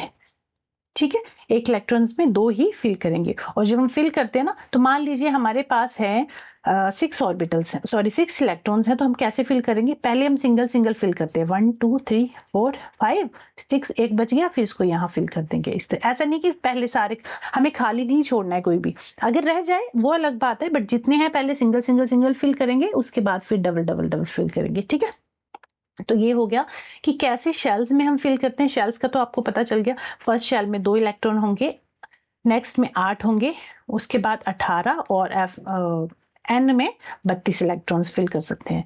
तो कैसे? इसके अंदर एक सब शेल है जिसका नाम है एस, इसके अंदर 2 सब शेल है जिसका नाम है एस पी। तो कैसे इसमें 8 इलेक्ट्रॉन फिल हो रहे हैं, ये देखो, एस में 2 इलेक्ट्रॉन ही फिल कर सकते हैं, पी में 3 है ना, 3 ऑर्बिटल्स है ना, तो 2 4 6 इलेक्ट्रॉन, देखो 3 है ना, 2 4 6 इलेक्ट्रॉन्स हमने फिल किए हैं, 2 4 6। जैसे जैसे शेल्स बढ़ते जाएंगे, इनकी जो सब शेल्स है वो भी बढ़ती जाएंगी। ठीक है, फर्स्ट के शेल के पास एस है, एल के पास एस और पी है, एम के पास एस पी डी है, और फिर एन के पास एस पी डी एफ है। ठीक है, तो इस तरह से आप फिल करोगे। और एस पी डी एफ, ये जो सबशेल्स हैं, इनके अंदर एस पी डी एफ के अंदर 1 3 5 7 ऑर्बिटल हैं, और इसमें कितने इलेक्ट्रॉन फिल कर सकते हैं आप? 2 6 10 और 14। जैसे के एल एम एन में था, के एल एम एन में था, के में 2 इलेक्ट्रॉन फिल कर सकते हैं, एल में 8, एम में 18, एन में 32। उस तरह से ये जो ऑर्बिटल हैं, इनमें कितने फिल कर सकते हैं? एस में 2, पी में 6, और डी में 10, और एफ में 14। ठीक है, इतना कंफ्यूज नहीं होना आपको। आपको आपके पेपर में जब आएंगे ना, अभी तक जितने भी क्वेश्चन आए हैं वो सिंपल ही पूछे गए हैं, तो आपको ज्यादा डिटेल में करने की जरूरत, ये तो मैंने आपको बता दिया आपके नॉलेज के लिए कि एसपीडीएफ शेल्स का भी आपको, सब शेल्स के बारे में पता होना चाहिए। बट अगर कोई क्वेश्चन आता है पेपर में, आपको किसी का इलेक्ट्रॉनिक कॉन्फ़िगरेशन के ही बनाना है फॉर एग्जाम्पल, तो आप इलेक्ट्रॉनिक कॉन्फ़िगरेशन इसके थ्रू फिल कर सकते हो। इलेक्ट्रॉनिक कॉन्फ़िगरेशन इस तरह से बना सकते हो KLMN को यूज करके। ठीक है, कैसे? फॉर एग्जाम्पल एक एग्जाम्पल देती हूँ। फॉर एग्जाम्पल एक सोडियम का ले लेती हूँ, सोडियम का होता है 11, एक ब्लैंक स्लाइड ले लेती हूँ। सोडियम का एटॉमिक नंबर होता है 11। एक मिनट, कहाँ गई? यस, सोडियम का एटॉमिक नंबर है 11। तो इसमें कैसे आप फिल करोगे? KLMN को यूज करके। इसमें आप सब शेल्स के थ्रू SPDF नहीं करना, आपको कुछ नहीं करना, आपको सिंपली फिल करने हैं। सोडियम का 11 है, तो कैसे फिल करोगे? के में कितने आते हैं? 2 इलेक्ट्रॉन्स, तो आप पहले कर दोगे 2। 8 एल में कितने आते हैं? 8 इलेक्ट्रॉन्स, तो आप कर दोगे 8। आप कितने बच गए? 8 9 10, 1 बच गया एम शेल में, जिसको आप ऐसे फिल कर दोगे। ठीक है, 2 8 1 कितने हो गए? 11। तो इस तरह से आप इलेक्ट्रॉनिक कॉन्फ़िगरेशन लिख सकते हो। ठीक है, अब एक और चीज यहाँ बता देती हूँ, अगर Na पे पॉजिटिव चार्ज है तो आप इसकी इलेक्ट्रॉनिक कॉन्फ़िगरेशन कैसे लिखोगे? पॉजिटिव और नेगेटिव चार्ज का क्या मतलब होता है? पॉजिटिव चार्ज का मतलब है इसने अपना एक इलेक्ट्रॉन दिया है, नेगेटिव चार्ज का मतलब होता है इसने इलेक्ट्रॉन लिया है। ठीक है, पॉजिटिव मतलब इसने एक इलेक्ट्रॉन दिया है, नेगेटिव मतलब इसने इलेक्ट्रॉन गेन किया है, इलेक्ट्रॉन लिया है। तो अगर Na पॉजिटिव है, मीन्स Na ने, सोडियम ने अपना एक इलेक्ट्रॉन डोनेट किया है, अपना एक इलेक्ट्रॉन दान कर दिया उसने। ठीक है, तो अब इसके पास कितने इलेक्ट्रॉन्स बचे? ऐसे इसके पास होते हैं 11, बट अगर इसने अपने एक, सोडियम ने अपना एक मेटल एक इलेक्ट्रॉन दे दिया, तो अब इसके पास कितने बचेंगे? 10। तो आप जो इलेक्ट्रॉनिक कॉन्फ़िगरेशन लिखोगे, आप इसके अकॉर्डिंग लिखोगे 2 and 8। अगर Na किसी इलेक्ट्रॉनिक कॉन्फ़िगरेशन लिखनी है तो आप लिखोगे 2 8 1। Na प्लस की इलेक्ट्रॉनिक कॉन्फ़िगरेशन लिखनी है तो आप लिखोगे 2 8 and यस 2 8 ओनली। ठीक है, पॉजिटिव का मतलब एक इलेक्ट्रॉन दिया है, नेगेटिव का मतलब एक इलेक्ट्रॉन इसने लिया है। मतलब पॉजिटिव एक इलेक्ट्रॉन कम हो गया, नेगेटिव एक इलेक्ट्रॉन ज्यादा हो गया। अब ये डिपेंड करता है, 2 पॉजिटिव लिखा है, 3 पॉजिटिव लिखा है, मतलब 2 पॉजिटिव मीन्स 2 इलेक्ट्रॉन दिए उसने, 2 नेगेटिव मीन्स 2 इलेक्ट्रॉन लिए उसने। तो 1 2 3 ये बता रहा है कि कितने इलेक्ट्रॉन्स दिए हैं या लिए हैं। पॉजिटिव मतलब देना, नेगेटिव मतलब लेना। ठीक है, इतना समझ आ गया आपको? तो ये होगी एटम्स कैसे कैसे एग्जिस्ट हुए, एग्जिस्टेंस में आए, कि कौन कौन से साइंटिस्ट थे जिन्होंने एटम्स के बारे में खोज की, किन्होंने इलेक्ट्रॉन की खोज की, प्रोटॉन की, न्यूट्रॉन की। ठीक है, उसके बाद आया एटॉमिक नंबर। अभी एटॉमिक नंबर क्या है? एटॉमिक नंबर क्या होता है? जितने नंबर ऑफ प्रोटॉन्स होते हैं उतना ही एटॉमिक नंबर होता है। फॉर एग्जाम्पल कार्बन की बात करूं तो कार्बन का एटॉमिक नंबर है 6। इट मीन्स कार्बन में जो प्रोटॉन है, जो पॉजिटिव चार्ज है, वो भी कितने हैं? 6। ठीक है, तो ये एटॉमिक नंबर डिस्कस कर लेते हैं। एटॉमिक नंबर क्या है? तो जितने नंबर ऑफ प्रोटॉन्स होते हैं उतना ही एटॉमिक नंबर होता है। एक minute, yes, if there is no charge on the atom, अगर कोई एटम न्यूट्रल है, उस पर कोई चार्ज नहीं है, ना पॉजिटिव चार्ज है ना नेगेटिव, जैसे मैंने अभी सोडियम का बताया, अगर सोडियम के ऊपर कोई चार्ज नहीं है, ना पॉजिटिव है ना नेगेटिव है, तो इस केस में क्या होगा, जो नंबर ऑफ प्रोटॉन्स है ना वो इक्वल होंगे नंबर ऑफ इलेक्ट्रॉन्स के। अगर चार्ज नहीं है तो, और अगर चार्ज है फिर तो सीन गड़बड़ हो जाएगा, फिर तो प्रोटॉन और इलेक्ट्रॉन जो है चेंज हो जाएंगे, है ना। तो सोडियम अगर Na है तो इस पे नंबर ऑफ प्रोटॉन जितने होंगे उतने ही नंबर ऑफ इलेक्ट्रॉन्स होंगे। नंबर ऑफ प्रोटॉन कितने हैं 11, तो नंबर ऑफ इलेक्ट्रॉन्स भी कितने होंगे 11।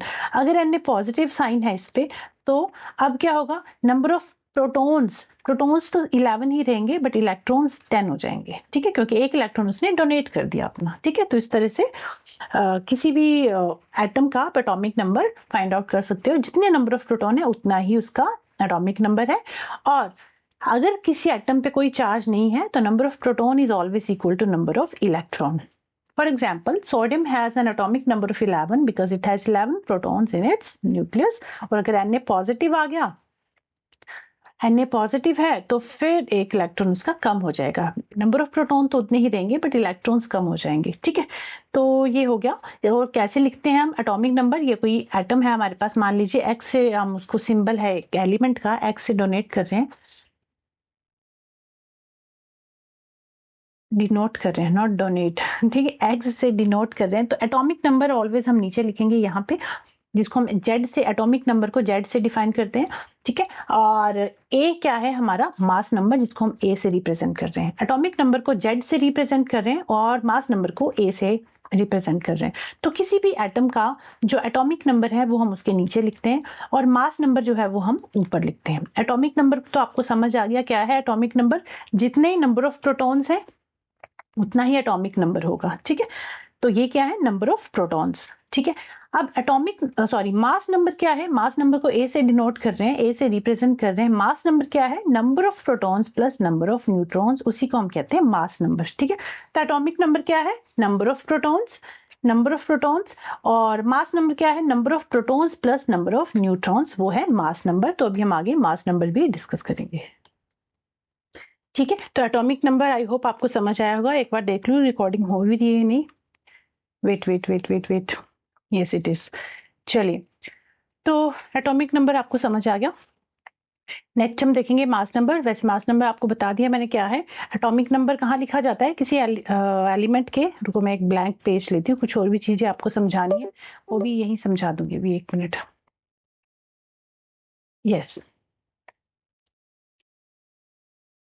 जैसे एक्स से किसी एटम को, सॉरी एलिमेंट को मैं एक्स से डिनोट कर रही हूँ, ठीक है। किसी भी एलिमेंट का जो एटॉमिक नंबर है वो कहाँ लिखा जाता है, यहाँ पे बेस पे एटॉमिक नंबर, जिसको हम जेड से डिनोट करते हैं, मास नंबर ए से डिनोट करते हैं, ठीक है। ये क्या है, मास नंबर, और ये क्या है, जेड है एटॉमिक नंबर, जेड क्या है एटॉमिक नंबर, ठीक है। तो एटॉमिक नंबर कैसे निकालते हैं हम, जितने नंबर ऑफ प्रोटॉन्स हैं उतना ही उसका एटॉमिक नंबर होगा। और मास नंबर कैसे निकालते हैं, प्रोटॉन प्लस न्यूट्रॉन क्या हो गया, मास नंबर। अब अगर आपको इसमें नंबर ऑफ न्यूट्रॉन्स निकालने हैं तो नंबर ऑफ न्यूट्रॉन्स कैसे निकालोगे, फॉर एग्जांपल ये कार्बन है या ऑक्सीजन ले लेते हैं, चलो हर बार कार्बन ही ले रहे हैं हम, ऑक्सीजन ले लेते हैं। ऑक्सीजन का एटॉमिक नंबर कितना होता है, एटॉमिक नंबर होता है 8। तो एटॉमिक नंबर कहाँ लिखते हैं, यहाँ पे। और मास नंबर क्या है, number of protons plus number of neutrons. तो मास नंबर इसका होता है 16, ठीक है। अब क्योंकि जितने नंबर ऑफ प्रोटॉन्स होते हैं उतनी नंबर ऑफ न्यूट्रॉन्स होते हैं ना, अगर किसी उस पर कोई चार्ज नहीं है तो नंबर ऑफ प्रोटॉन्स और न्यूट्रॉन्स कितने हो गए 8, ठीक है। तो मास नंबर कितना होगा, प्रोटॉन प्लस न्यूट्रॉन हो गया 16। अब नंबर ऑफ न्यूट्रॉन्स आपको पता करने हैं अगर, तो क्या करोगे, इसमें से इसको माइनस कर दिया करो, मास नंबर से एटॉमिक नंबर माइनस कर, 16 माइनस 8 कितना आ गया 8। 8 कितना है उसका न्यूट्रॉन है, नंबर ऑफ न्यूट्रॉन्स है। अच्छा एक और चीज, वो आइसोटॉप और आइसोबार करेंगे तब आपको बताऊंगी, अभी थोड़ा बता देती हूँ। कुछ एटम्स एलिमेंट्स ऐसे हैं जिनके आइसोटॉप्स होते हैं, फॉर एग्जांपल कार्बन हो गया, हाइड्रोजन हो गया, है ना। आइसोटॉप्स क्या होते हैं, पेन कहाँ गया, कार्बन हो गया, हाइड्रोजन हो गया, और भी कुछ एलिमेंट है जिनके आइसोटॉप्स होते हैं। तो जिनके आइसोटॉप्स है क्या एक्चुअली, यही बता देती हूँ। आइसोटॉप भी, आइसोटॉप नाम से याद रखोगे, जिसका, जैसे ये कोई एलिमेंट है ना, आइसोटोप, टॉप मतलब उसका जो टॉप का है ना वो डिफरेंट होगा, एटॉमिक नंबर तो उसका सेम ही होगा। जैसे कार्बन है तो कार्बन के जो आइसोटॉप्स होंगे ना सारे, उनका एटॉमिक नंबर 6 ही होगा, बट उसमें नंबर ऑफ न्यूट्रॉन जो है डिफरेंट होंगे, तो दैट्स व्हाई इनका जो मास नंबर होगा ना, यहाँ पे जो मास नंबर लिखा जाएगा वो अलग हो जाएगा। तो आइसोटॉप क्या होते हैं, एटॉमिक नंबर तो सेम होता है बट मास नंबर डिफरेंट हो जाते हैं। मास नंबर डिफरेंट क्यों हो जाते हैं, बिकॉज उसमें नंबर ऑफ न्यूट्रॉन जो है वो वेरी कर जाते हैं, नंबर ऑफ न्यूट्रॉन चेंज हो जाते हैं उसमें। एटॉमिक नंबर 6 है तो atomic number number of neutron जो है चेंज होते हैं, जरूरी नहीं 6 होंगे, 6 हो सकता है, 7 हो सकता है, 8 हो सकता है, it depends on isotopes.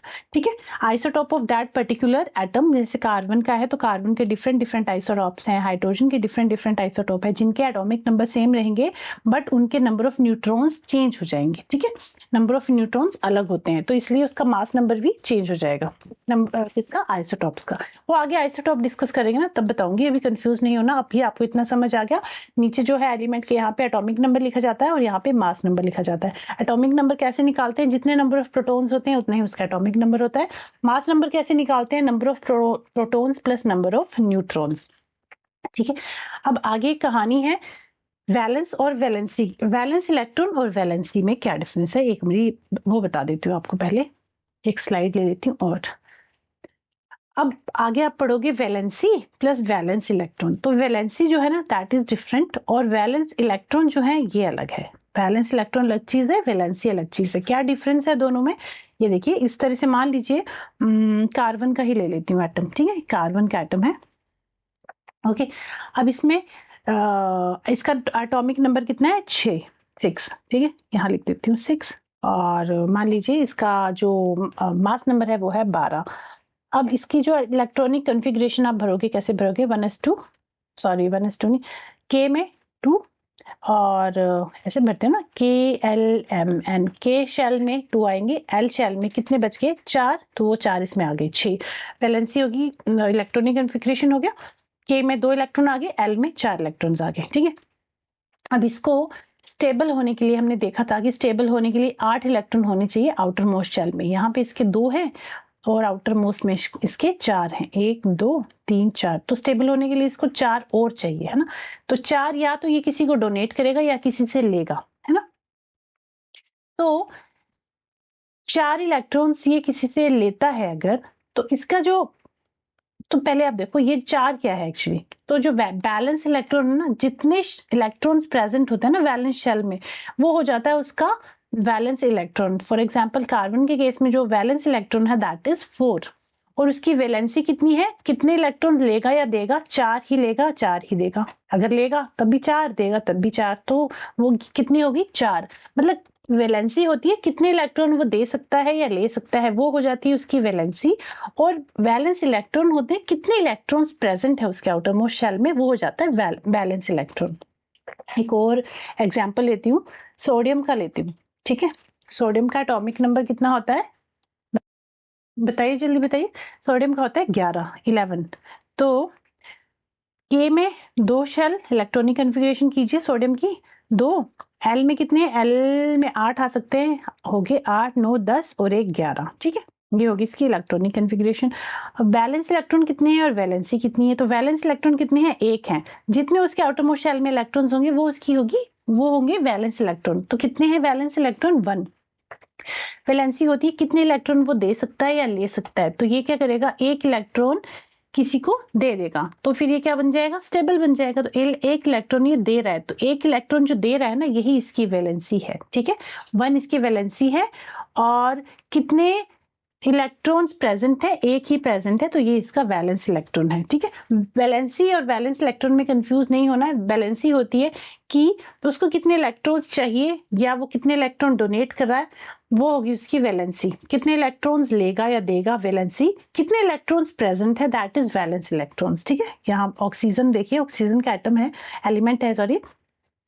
Oxygen में देखिए, ऑक्सीजन के ये जो आउटर मोस्ट शेल ऑक्सीजन का जो एटॉमिक नंबर है कितना है, 8 है, इसका सिंबल होता है 0, इसकी वैलेंसी लिखिए 2, वैलेंस इलेक्ट्रॉन है 6। कैसे, देखिए ऑक्सीजन का एटॉमिक नंबर कितना है, 8, तो इसके इलेक्ट्रॉनिक कॉन्फ़िगरेशन कीजिए, 1 K शेल में कितने आएंगे, 2, और L शेल में कितने आएंगे, 8 इलेक्ट्रॉन्स आ सकते हैं बट इसको 6 चाहिए, है ना। 6 और 2 8 हो गए, 8 हो गए ना इसका एटॉमिक नंबर। तो इसकी जो वैलेंस इलेक्ट्रॉन है वो कितने हैं 6, क्योंकि उसके आउटर मोस्ट शेल में कितने इलेक्ट्रॉन्स प्रेजेंट है 6। अब इसको स्टेबल होने के लिए कितने इलेक्ट्रॉन्स चाहिए, क्योंकि ये 6 इलेक्ट्रॉन्स देगा तो नहीं, 6 तो बहुत ज्यादा है, 6 देने से अच्छा है 2 किसी से ले लिए, है ना, 2 इलेक्ट्रॉन से ले लेगा तो इसकी जो आउटरमोस्ट शेल की वैलेंसी है वो पूरी हो जाएगी। 6 + 2 8, क्योंकि हमने कहा है ना किसी एटम को स्टेबल होने के लिए उसके आउटर मोस्ट शेल में 8 इलेक्ट्रॉन्स होना जरूरी है। ठीक है, 1 2 3 4 5 6 7 8 इलेक्ट्रॉन्स होंगे तो it means that is stable. तो इसको 2 इलेक्ट्रॉन्स और चाहिए स्टेबल होने के लिए, तो ये 2 इलेक्ट्रॉन्स लेगा। तो ये जो 2 इलेक्ट्रॉन्स ले रहा है ना किसी से, दिस इज इट्स वैलेंसी। तो ये 2 क्या है, इसकी वैलेंसी है, और 6 क्या है, वैलेंस इलेक्ट्रॉन्स है। आई होप वैलेंस इलेक्ट्रॉन और वैलेंसी में आपको कंफ्यूजन नहीं हुआ होगा, समझ आया होगा क्या वैलेंस इलेक्ट्रॉन्स होते हैं और क्या इसकी वैलेंसी होती है। ठीक है, इतना समझ आ गया आपको। ठीक है, ये कुछ एलिमेंट्स हैं, टोटल फर्स्ट 18 एलिमेंट्स हैं जिनके सिंबल दिए हुए हैं और एटॉमिक नंबर है, नंबर ऑफ प्रोटॉन्स कितने होते हैं, नंबर ऑफ न्यूट्रॉन्स कितने होते हैं, नंबर ऑफ इलेक्ट्रॉन्स कितने होते हैं, ये सब दिया हुआ है इसमें। के में कितने इलेक्ट्रॉनिक कॉन्फ़िगरेशन दी हुई है, के में कितने के शेल में कितने इलेक्ट्रॉन्स आएंगे, एल में कितने, एम में, एन में। ठीक है, और वैलेंसी। तो ये सब अगर आपको एटॉमिक नंबर पता होगा तो you can find out easily. ठीक है, एटॉमिक नंबर भी आपको पता चल गया और मास नंबर भी। नंबर ऑफ प्रोटॉन्स क्या, जितने एटॉमिक नंबर है उतने ही नंबर ऑफ प्रोटॉन्स है। न्यूट्रॉन्स मास नंबर में से एटॉमिक नंबर माइनस कर दिए, वो आगे उसके न्यूट्रॉन्स। और नंबर ऑफ इलेक्ट्रॉन्स, अगर जितने नंबर ऑफ प्रोटॉन्स है उतने ही नंबर ऑफ इलेक्ट्रॉन्स होते हैं अगर उस पर कोई चार्ज नहीं है तो। ठीक है, तो यहाँ तक की कहानी आई होप आपको समझ आई होगी। एटॉमिक नंबर हो गया। अब आता है मास नंबर। मास नंबर हम डिस्कस कर चुके हैं, क्या होता है, number of protons and neutrons combined to give us the mass number of an atom. ठीक है, as both protons and neutrons are present in the nucleus of an atom, they are together called nucleons. Mass number को nucleon भी कहते हैं। ठीक है, जो atomic number में प्रोटॉन्स हमें पता है इस तरह से कोई एटम है, इसके न्यूक्लियस में प्रोटॉन प्लस न्यूट्रॉन प्रेजेंट होते हैं, तो इसको हम न्यूक्लियन भी कहते हैं। ठीक है, an atom of carbon has 6 proton and 6 neutron, thus its mass number is 12. जो कार्बन का एटम है उसके पास कितने, 6 ही प्रोटॉन होते हैं, 6 ही न्यूट्रॉन होते हैं, तो उसका मास नंबर कितना हो गया, 12। ठीक है, इस तरह से कार्बन है, इसका एटॉमिक नंबर हो गया 6, इसका मास नंबर हो गया 12। अब अगर आपको number of neutrons find out करना तो आप डायरेक्टली 12 - 6 कर दे, डायरेक्टली भी पता कर सकते हो। 12 - 6 तो 6, तो 6 क्या है, नंबर ऑफ न्यूट्रॉन्स है, और नंबर ऑफ प्रोटॉन्स कितने हैं, 6। ठीक है, तो इस तरह से मास नंबर आप फाइंड आउट कर सकते हो। इस तरह से एलिमेंट का सिंबल ऐसे लिखते हैं, एटॉमिक नंबर यहाँ लिखते हैं, मास नंबर यहाँ लिखते हैं। ठीक है, तो ये कार्बन है, कार्बन का एटॉमिक नंबर 6, मास नंबर 12। ठीक है, मास नंबर ए से डिनोट करते हैं तो वही चीज है, number of proton, number of neutron, mass number हो गया, एटॉमिक नंबर हो गया, नंबर ऑफ प्रोटॉन्स, और नंबर ऑफ न्यूट्रॉन्स निकालने तो ए माइनस जेड कर देंगे, atomic number minus mass number कर देंगे। ठीक है, ये सारी चीजें बता के आई हूँ आपको। वैलेंसी भी हमने डिस्कस कर ली। वैलेंसी क्या होती है, जितने इलेक्ट्रॉन्स वो दे सकता है या ले सकता है, that is its valency. Valence electrons are the electrons in an atom outermost energy shell that are available to participate in chemical bonds and reaction.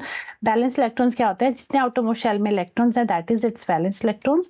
Valency क्या है, उसकी कंबाइनिंग कैपेसिटी को हम क्या कह रहे हैं, वैलेंसी। कितने इलेक्ट्रॉन्स वो दे सकता है या ले सकता है, दैट इज इट्स वैलेंसी। तो elements in the same group of periodic table have the same valency. For example, अगर आपको मैं फर्स्ट से, एक मिनट,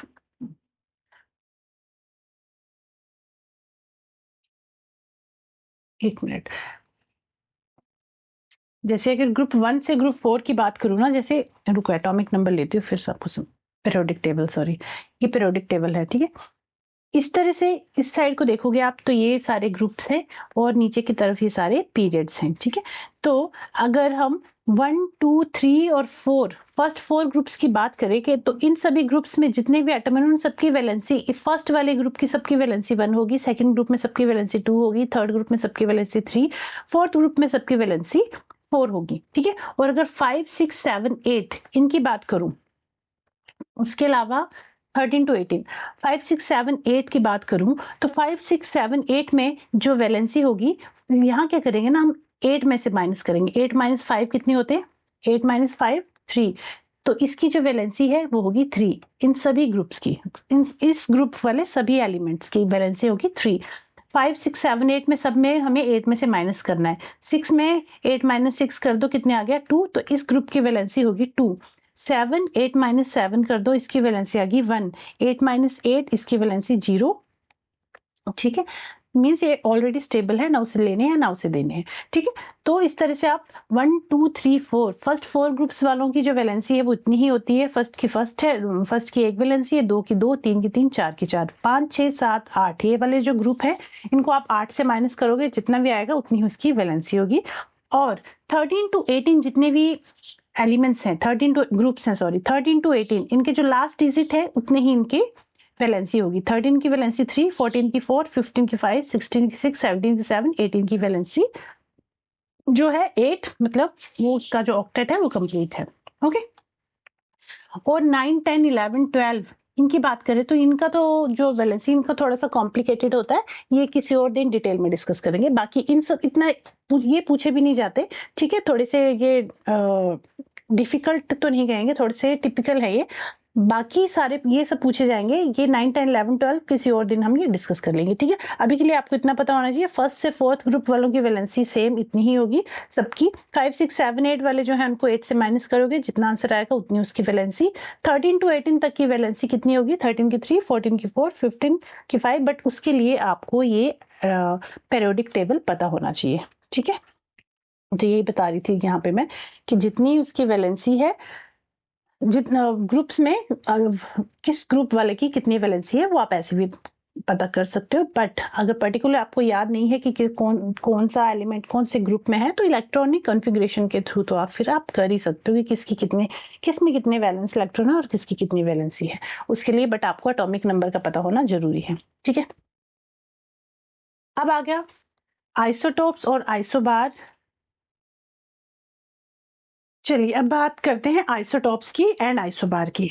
आइसोटॉप पहले बता के आए हूँ, जिसका टॉप डिफरेंट है दैट इज आइसोटॉप। आइसोबार जिसका बार डिफरेंट है, मतलब जिसका बेस डिफरेंट है, दैट इज आइसोबार, ठीक है। चलिए एक मिनट देख लूँ फिर से क्लास का, क्योंकि कई बार क्या होता है ना, बीच में रिकॉर्ड करती रहती हूँ, बाद में पता चलता है ओहो ये तो रिकॉर्ड ही नहीं हुआ, तो मैं वही चेक कर रही हूँ बार बार। चलिए आइसोटॉप्स। आइसोटॉप्स, एक minute. Isotopes are atoms of the same chemical element that have the same number of protons but different number of neutrons. Isotopes ऐसे chemical elements हैं, मान लीजिए कोई हमारे पास आइसोटोप है, तो ऐसे केमिकल एलिमेंट जिनका नंबर ऑफ प्रोटॉन्स तो सेम होंगे बट नंबर ऑफ न्यूट्रॉन्स उसमें डिफरेंट होंगे, तो इसका जो मास नंबर है वो डिफरेंट हो जाएगा, है ना। So this difference in neutron count result in isotope having different atomic mass but nearly identical chemical properties while their physical properties like mass differ. अब इसमें क्या है, आइसोटॉप में नंबर ऑफ प्रोटॉन्स तो सेम होंगे, ठीक है, एटॉमिक नंबर तो सेम होगा बट मास नंबर डिफरेंट होगा। यहां लिख देती हूँ, एटॉमिक नंबर सेम,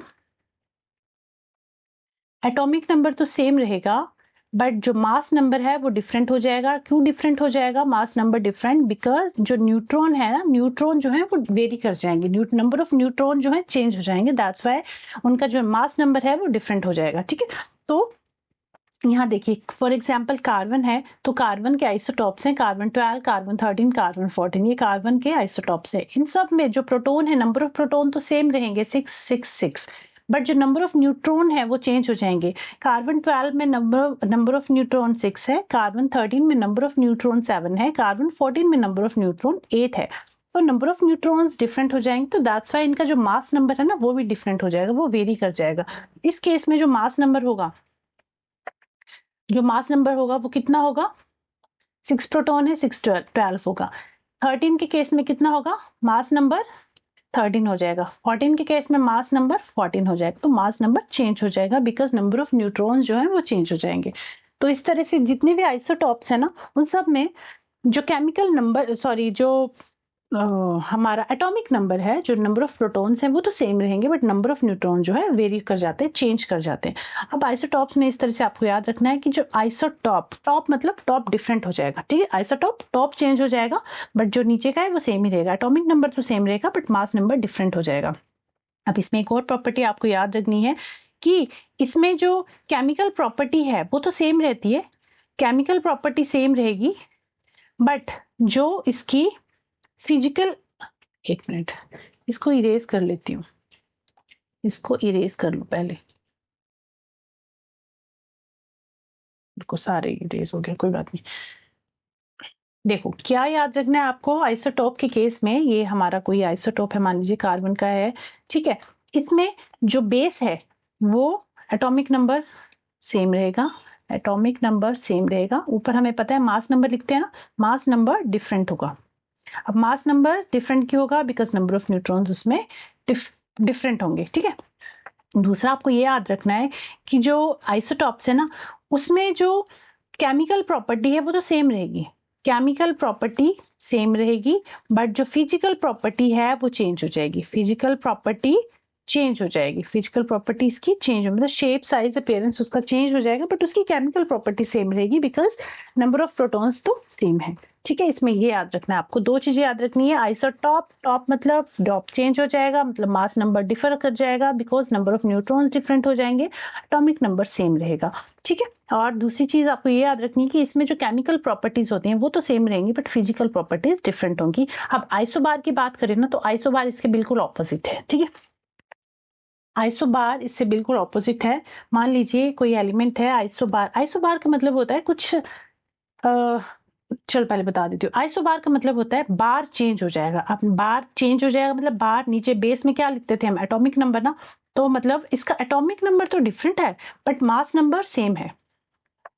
कुछ कुछ एलिमेंट्स ऐसे हैं, एटॉमिक नंबर तो सबका अपना अपना है, नंबर ऑफ प्रोटॉन सबके डिफरेंट है, बट कुछ कुछ एटम्स, कुछ कुछ एलिमेंट्स ऐसे हैं जिनके मास नंबर सेम आएंगे। फॉर एग्जांपल आर्गन की बात करें, पोटाशियम की बात करें, कैल्शियम की बात करें, इन तीनों का जो मास नंबर है ना दैट इज 40, इन तीनों का मास नंबर 40 है, इनका एटॉमिक नंबर डिफरेंट है, तीनों का एटॉमिक नंबर डिफरेंट है बट इनका मास नंबर सेम है। तो आइसोटॉप में क्या हो रहा था, टॉप चेंज हो रहा था, आइसोबार में क्या हो रहा है, बार चेंज हो रहा है, बेस चेंज हो रहा है बिकॉज दोनों सबके एटॉमिक नंबर डिफरेंट है बट मास नंबर सेम है। तो किस किस का मास नंबर सेम है, आर्गन का, पोटाशियम का, कैल्शियम का, तीनों का जो मास नंबर है दैट इज 40। ये एग्जाम्पल आपको याद रखने हैं, ओके, इतना क्लियर हो गया। Isobar refer to the atom with the same mass number but different atomic number, different chemicals property होती है इसमें और different physical, same physical property होती है।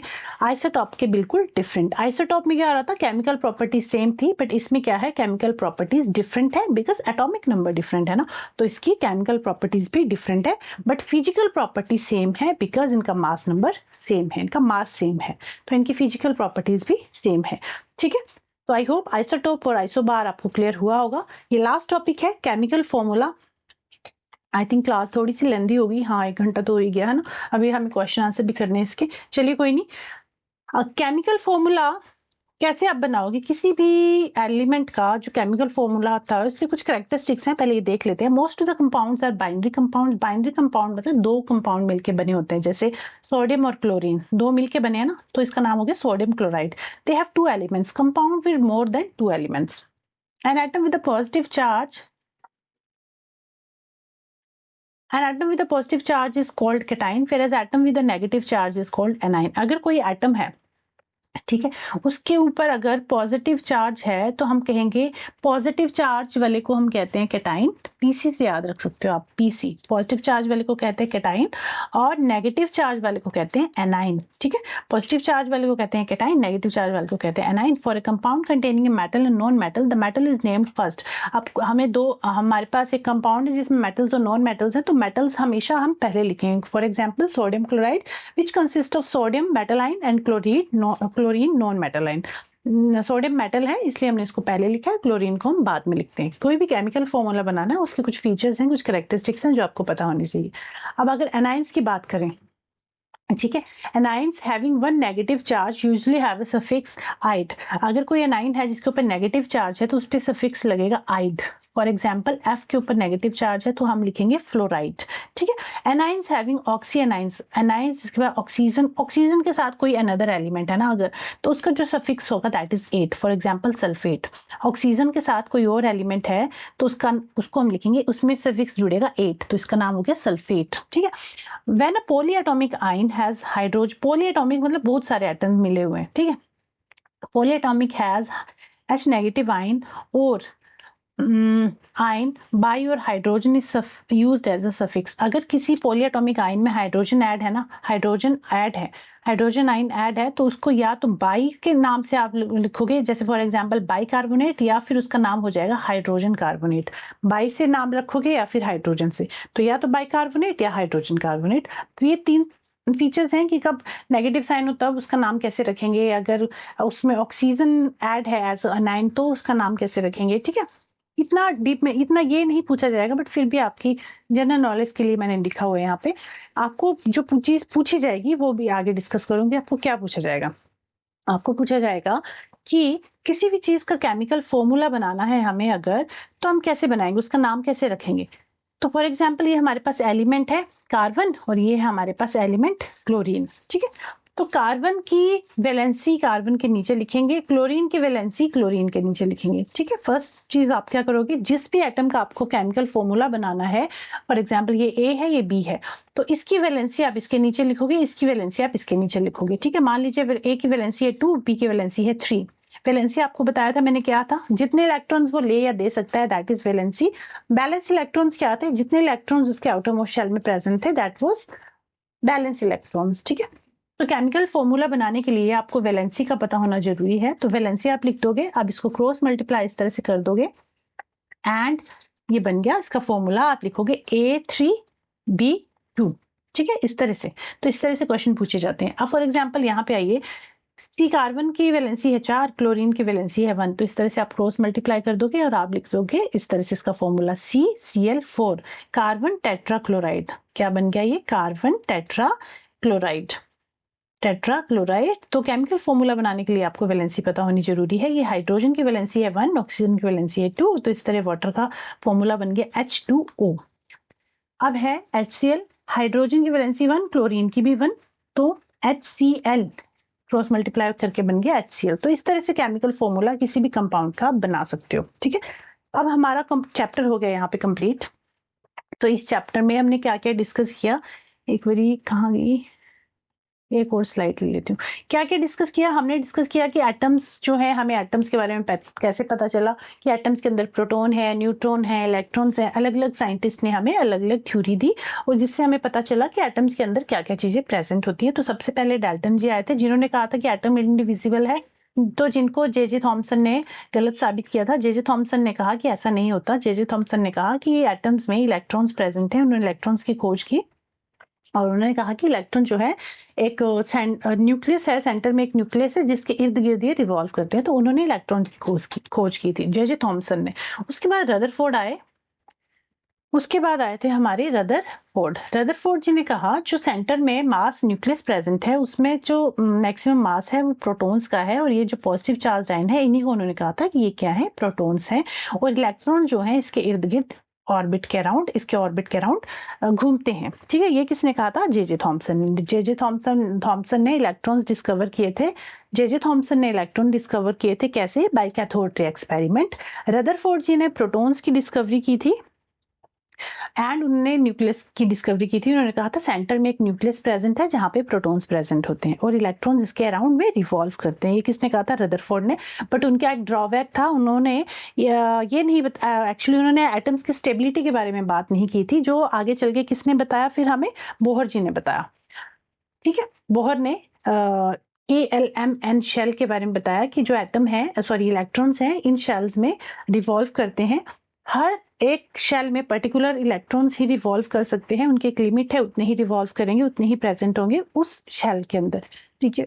सॉरी, उसके बाद बोहर और बरी की एक स्कीम आई थी, बोहर और बरी स्कीम, जिन्होंने बताया, बोहर और बरी स्कीम, उन्होंने बताया कि जो कोई भी एटम है, कोई भी इस तरह से न्यूक्लियस है किसी एलिमेंट का, उसके अराउंड में जो शेल्स हैं KLM और N, KLMN, उनको हम 2n² के फॉर्मूला से फिल कर सकते हैं, जहां N 1 है, यहाँ पास जो शेल है 1 है, N 1 2 3 4, तो N की वैल्यू चेंज होती रहेगी और वैल्यू पुट करते जाएंगे, जिससे हमें पता चलेगा कि K शेल में हमें कितने इलेक्ट्रॉन फिल करने हैं, L में कितने करने हैं, M में कितने, N में कितने करने हैं, ठीक है। उसके बाद बोहर बरी ने एक और स्कीम दी कि ये जो शेल्स हैं इनके अंदर कुछ और सब शेल्स आते हैं, जिनको उन्होंने कहा था SPDF सब शेल्स आते हैं, ठीक है, जिसमें S में एक ऑर्बिटल होता है, P में 3, D में 5 और F में 7 ऑर्बिटल्स होते हैं, और एक ऑर्बिटल में 2 इलेक्ट्रॉन्स फिल कर सकते हैं एट अ टाइम। और उन्होंने ये भी कहा कि किसी भी एलिमेंट को स्टेबल होने के लिए उसके आउटर मोस्ट शेल में 8 इलेक्ट्रॉन्स होने चाहिए, ठीक है। तो ये उन्होंने कुछ बातें कही। उसके बाद हमारे जे चैडविक आए, चैडविक जी ने न्यूट्रॉन की डिस्कवरी की। किसकी की? न्यूट्रॉन की। उन्होंने कहा न्यूट्रॉन जो है न्यूट्रल है, ना उस पर पॉजिटिव चार्ज है ना ही उस पर नेगेटिव चार्ज है, वो क्या है? न्यूट्रल है। ठीक है, इन साइंटिस्ट ने ये काम किया। उसके बाद एक मिनट, एक और स्लाइड ले लेते। उसके बाद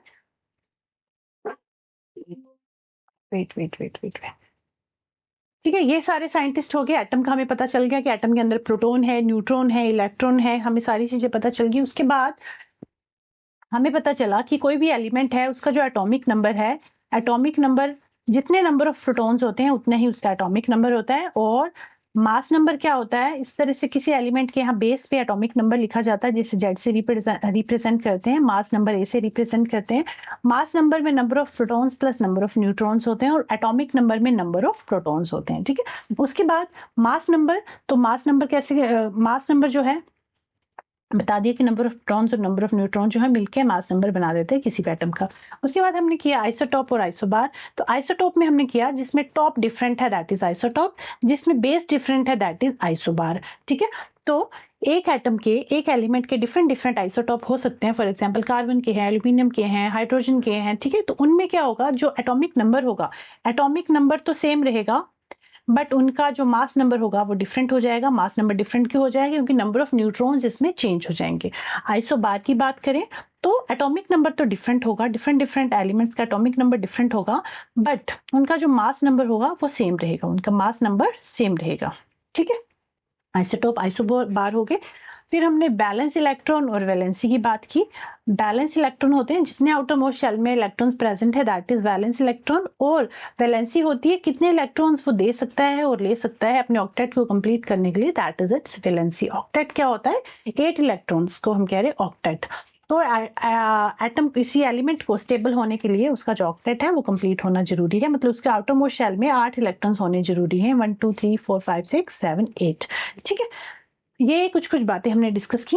उसके बाद फिर हमने केमिकल फॉर्मूला डिस्कस किया कि केमिकल फॉर्मूला कैसे बनता है। तो जिस भी फॉर्मूला का जिसका भी हमें फॉर्मूला बनाना है उसमें हम एटम मेटल पहले लिखते हैं, उसके बाद नॉन मेटल लिखते हैं और उसके बाद उसके नीचे उसकी वैलेंसी लिखेंगे। कार्बन की वैलेंसी है कितनी? 1। क्लोरीन की वैलेंसी है, नहीं, कार्बन की वैलेंसी है 4, क्लोरीन की है 1। तो इस तरह से क्रॉस मल्टीप्लाई कर देंगे और ये फॉर्मूला बन गया CCl4 कार्बन टेट्राक्लोराइड। वैलेंसी नीचे लिख देंगे और क्रॉस मल्टीप्लाई कर देंगे, तो इस तरह से हमारा बन गया केमिकल फॉर्मूला। तो ये सारी चीजें हमने डिस्कस की आज की क्लास में। आई होप आपको आज की क्लास समझ आई होगी, अच्छी लगी होगी। अगर किसी टॉपिक में कोई कंफ्यूजन रह गया होगा तो आप मुझे कॉमेंट करके जरूर बताना। वो सारी चीजें जिसमें भी आपको डाउट होगा वो सब मैं फिर से एक बार नेक्स्ट सेशन में कंप्लीट करा दूंगी। ठीक है, चलिए अब क्वेश्चन आंसर पे आते हैं। तो फर्स्ट क्वेश्चन है, the electric configuration of 3 elements X Y Z are. 3 elements हैं एक्स वाई जेड जिनका इलेक्ट्रॉनिक कॉन्फ़िगरेशन हमें दे रखा है। एक्स का लिखा है, वाई का लिखा है और जेड का लिखा है। ठीक है, तो वैसे तो ये पता नहीं भी करोगे तब भी क्वेश्चन सॉल्व कर पाओगे, बट फिर भी 2 + 4 किसका? 6 किसका एटॉमिक नंबर है? कार्बन का। ठीक है, 7 + 2 9 किसका एटॉमिक नंबर है? क्लोरीन का। एंड 2 + 1 3 किसका एटॉमिक नंबर है? लिथियम का। ठीक है, पर ये नहीं भी पता करोगे तब भी क्वेश्चन आपका सॉल्व हो ही जाएगा। चलिए अब क्वेश्चन में आइए। वो कह रहा है which of the following compound can be formed, कौन सा इन चारों में से कौन सा एक कंपाउंड बन सकता है इन इन एक्स वाई जेड एलिमेंट से, कौन सा जो कंपाउंड है वो पॉसिबल है। ठीक है, चलिए देखते हैं। यहाँ ये पहले तो एक्स क्या है? एक्स है हमारा 2 और 4, मतलब उसका ऑक्टेट तो कंप्लीट है, 2 इलेक्ट्रॉन्स इस तरह से प्रेजेंट है और आउटर मोस्ट शेल में उसके 4 इलेक्ट्रॉन्स प्रेजेंट, 1 2 3 4। ठीक है, और वाई यहाँ बना देती हूँ। वाई कह रहा है कि उसके अंदर जो इनर वाला है उसके पास तो 2 इलेक्ट्रॉन्स हैं, उसका ऑक्टेट तो डुप्लेट तो कंप्लीट है, बट उसका जो बाहर वाला शेल है उसमें 7 इलेक्ट्रॉन है, 1 2 3 4 5 6 एंड 7। ठीक है, यहाँ 2 है, यहाँ 7 है। अब जेड कह रहा है कि उसके पास अंदर तो 2 इलेक्ट्रॉन्स हैं बट उसके बाहर एक ही इलेक्ट्रॉन है, तो इसको तो 8 इलेक्ट्रॉन चाहिए बाहर का स्टेबल करने के लिए, और जो Y है उसको 1 इलेक्ट्रॉन चाहिए अपना ऑक्टेट कंप्लीट करने के लिए, इसको 7 चाहिए, इसको 1 चाहिए। तो इस तरह से ये दोनों एक दूसरे की रिक्वायरमेंट को फुलफिल कर रहे हैं ना। इसको चाहिए 1 इलेक्ट्रॉन इसको कहीं से मिल जाए, इसको चाहिए 7 इलेक्ट्रॉन इसको कहीं से मिल जाए, तो 7 ये इसको दे देगा, 1 ये इसको, मतलब शेयर कर लेंगे आपस में, है ना। तो इस हिसाब से तो Y और Z का कंपाउंड जो है बनना दैट इज पॉसिबल। तो हमारा जो राइट ऑप्शन होगा दैट इज Y और Z मिलके आपस में एक कंपाउंड बना लेंगे, ठीक है। यही हमारा क्वेश्चन था, ये हमें बताना था। तो right answer is Y and Z। अब चलते हैं सेकंड क्वेश्चन पे। नेक्स्ट क्वेश्चन है, ion X3 positive ion is obtained from an element X जिसका एटॉमिक मास था 27, एटॉमिक नंबर था 13। The number of protons, electrons and neutrons in X3+ is respectively. उसने कहा कि X हमारे पास एक एटम था, एक एलिमेंट था, ठीक है। X जिसका जो एटॉमिक मास था दैट इज 27 और उसका जो एटॉमिक नंबर था दैट इज 13, ठीक है। बट अब उसने कहा कि X के ऊपर 3 पॉजिटिव आयन आ गया है, तो अब इस केस में उसके पास जो नंबर ऑफ प्रोटॉन्स, इलेक्ट्रॉन्स और न्यूट्रॉन्स होंगे वो कितने होंगे। X के पास 3 पॉजिटिव चार्ज आ गया, मतलब इसने अपने 3 इलेक्ट्रॉन्स किसी को डोनेट कर दिए, 3 इलेक्ट्रॉन्स इसने किसी को डोनेट कर दिए। बताया था ना आपको, पॉजिटिव साइन मतलब किसी को दे दिए उसने, नेगेटिव साइन मतलब किसी से इलेक्ट्रॉन्स लिए हैं। तो X3 पॉजिटिव मतलब 3 इलेक्ट्रॉन्स उसने डोनेट कर दिए। तो पहले इसका एटॉमिक नंबर था 13, अब इसने 3 किसी को दे दिए तो इसका एटॉमिक नंबर रह गया 10, है ना। सॉरी, एटॉमिक नंबर तो सेम ही रहेगा, नंबर ऑफ इलेक्ट्रॉन चेंज होंगे, ठीक है। ये इस तरह से नंबर ऑफ जो प्रोटॉन्स हैं वो तो सेम ही रहेंगे, ये हो गया 13। अब यहाँ पे जो हमारा मास नंबर है ये कैसे बनता है, number of protons plus number of neutrons से, है ना। तो 27 माइनस 13 आप करोगे ना, atomic number minus mass number, तो हमें क्या मिल जाएगा, हमें मिल जाएंगे नंबर ऑफ न्यूट्रॉन्स। तो इस केस में तो यहाँ पे करिए 27 माइनस 13, तो 7 में से 3 4 एंड 2 में से 1 गया 1, तो उस हिसाब से तो प्रोटॉन्स इसके पास कितने थे 13 और न्यूट्रॉन्स थे इसके पास 14, है ना। बट अब इस पे पॉजिटिव चार्ज आ गया है, तो अगर किसी पे पॉजिटिव चार्ज ना हो तो क्या होता है, नंबर ऑफ प्रोटॉन्स और इलेक्ट्रॉन्स सेम होते हैं। प्रोटॉन्स 13 थे तो इलेक्ट्रॉन्स भी इसके पास 13 ही होंगे, है ना। बट अब इस पे 3 पॉजिटिव साइन आ गया है, ठीक है।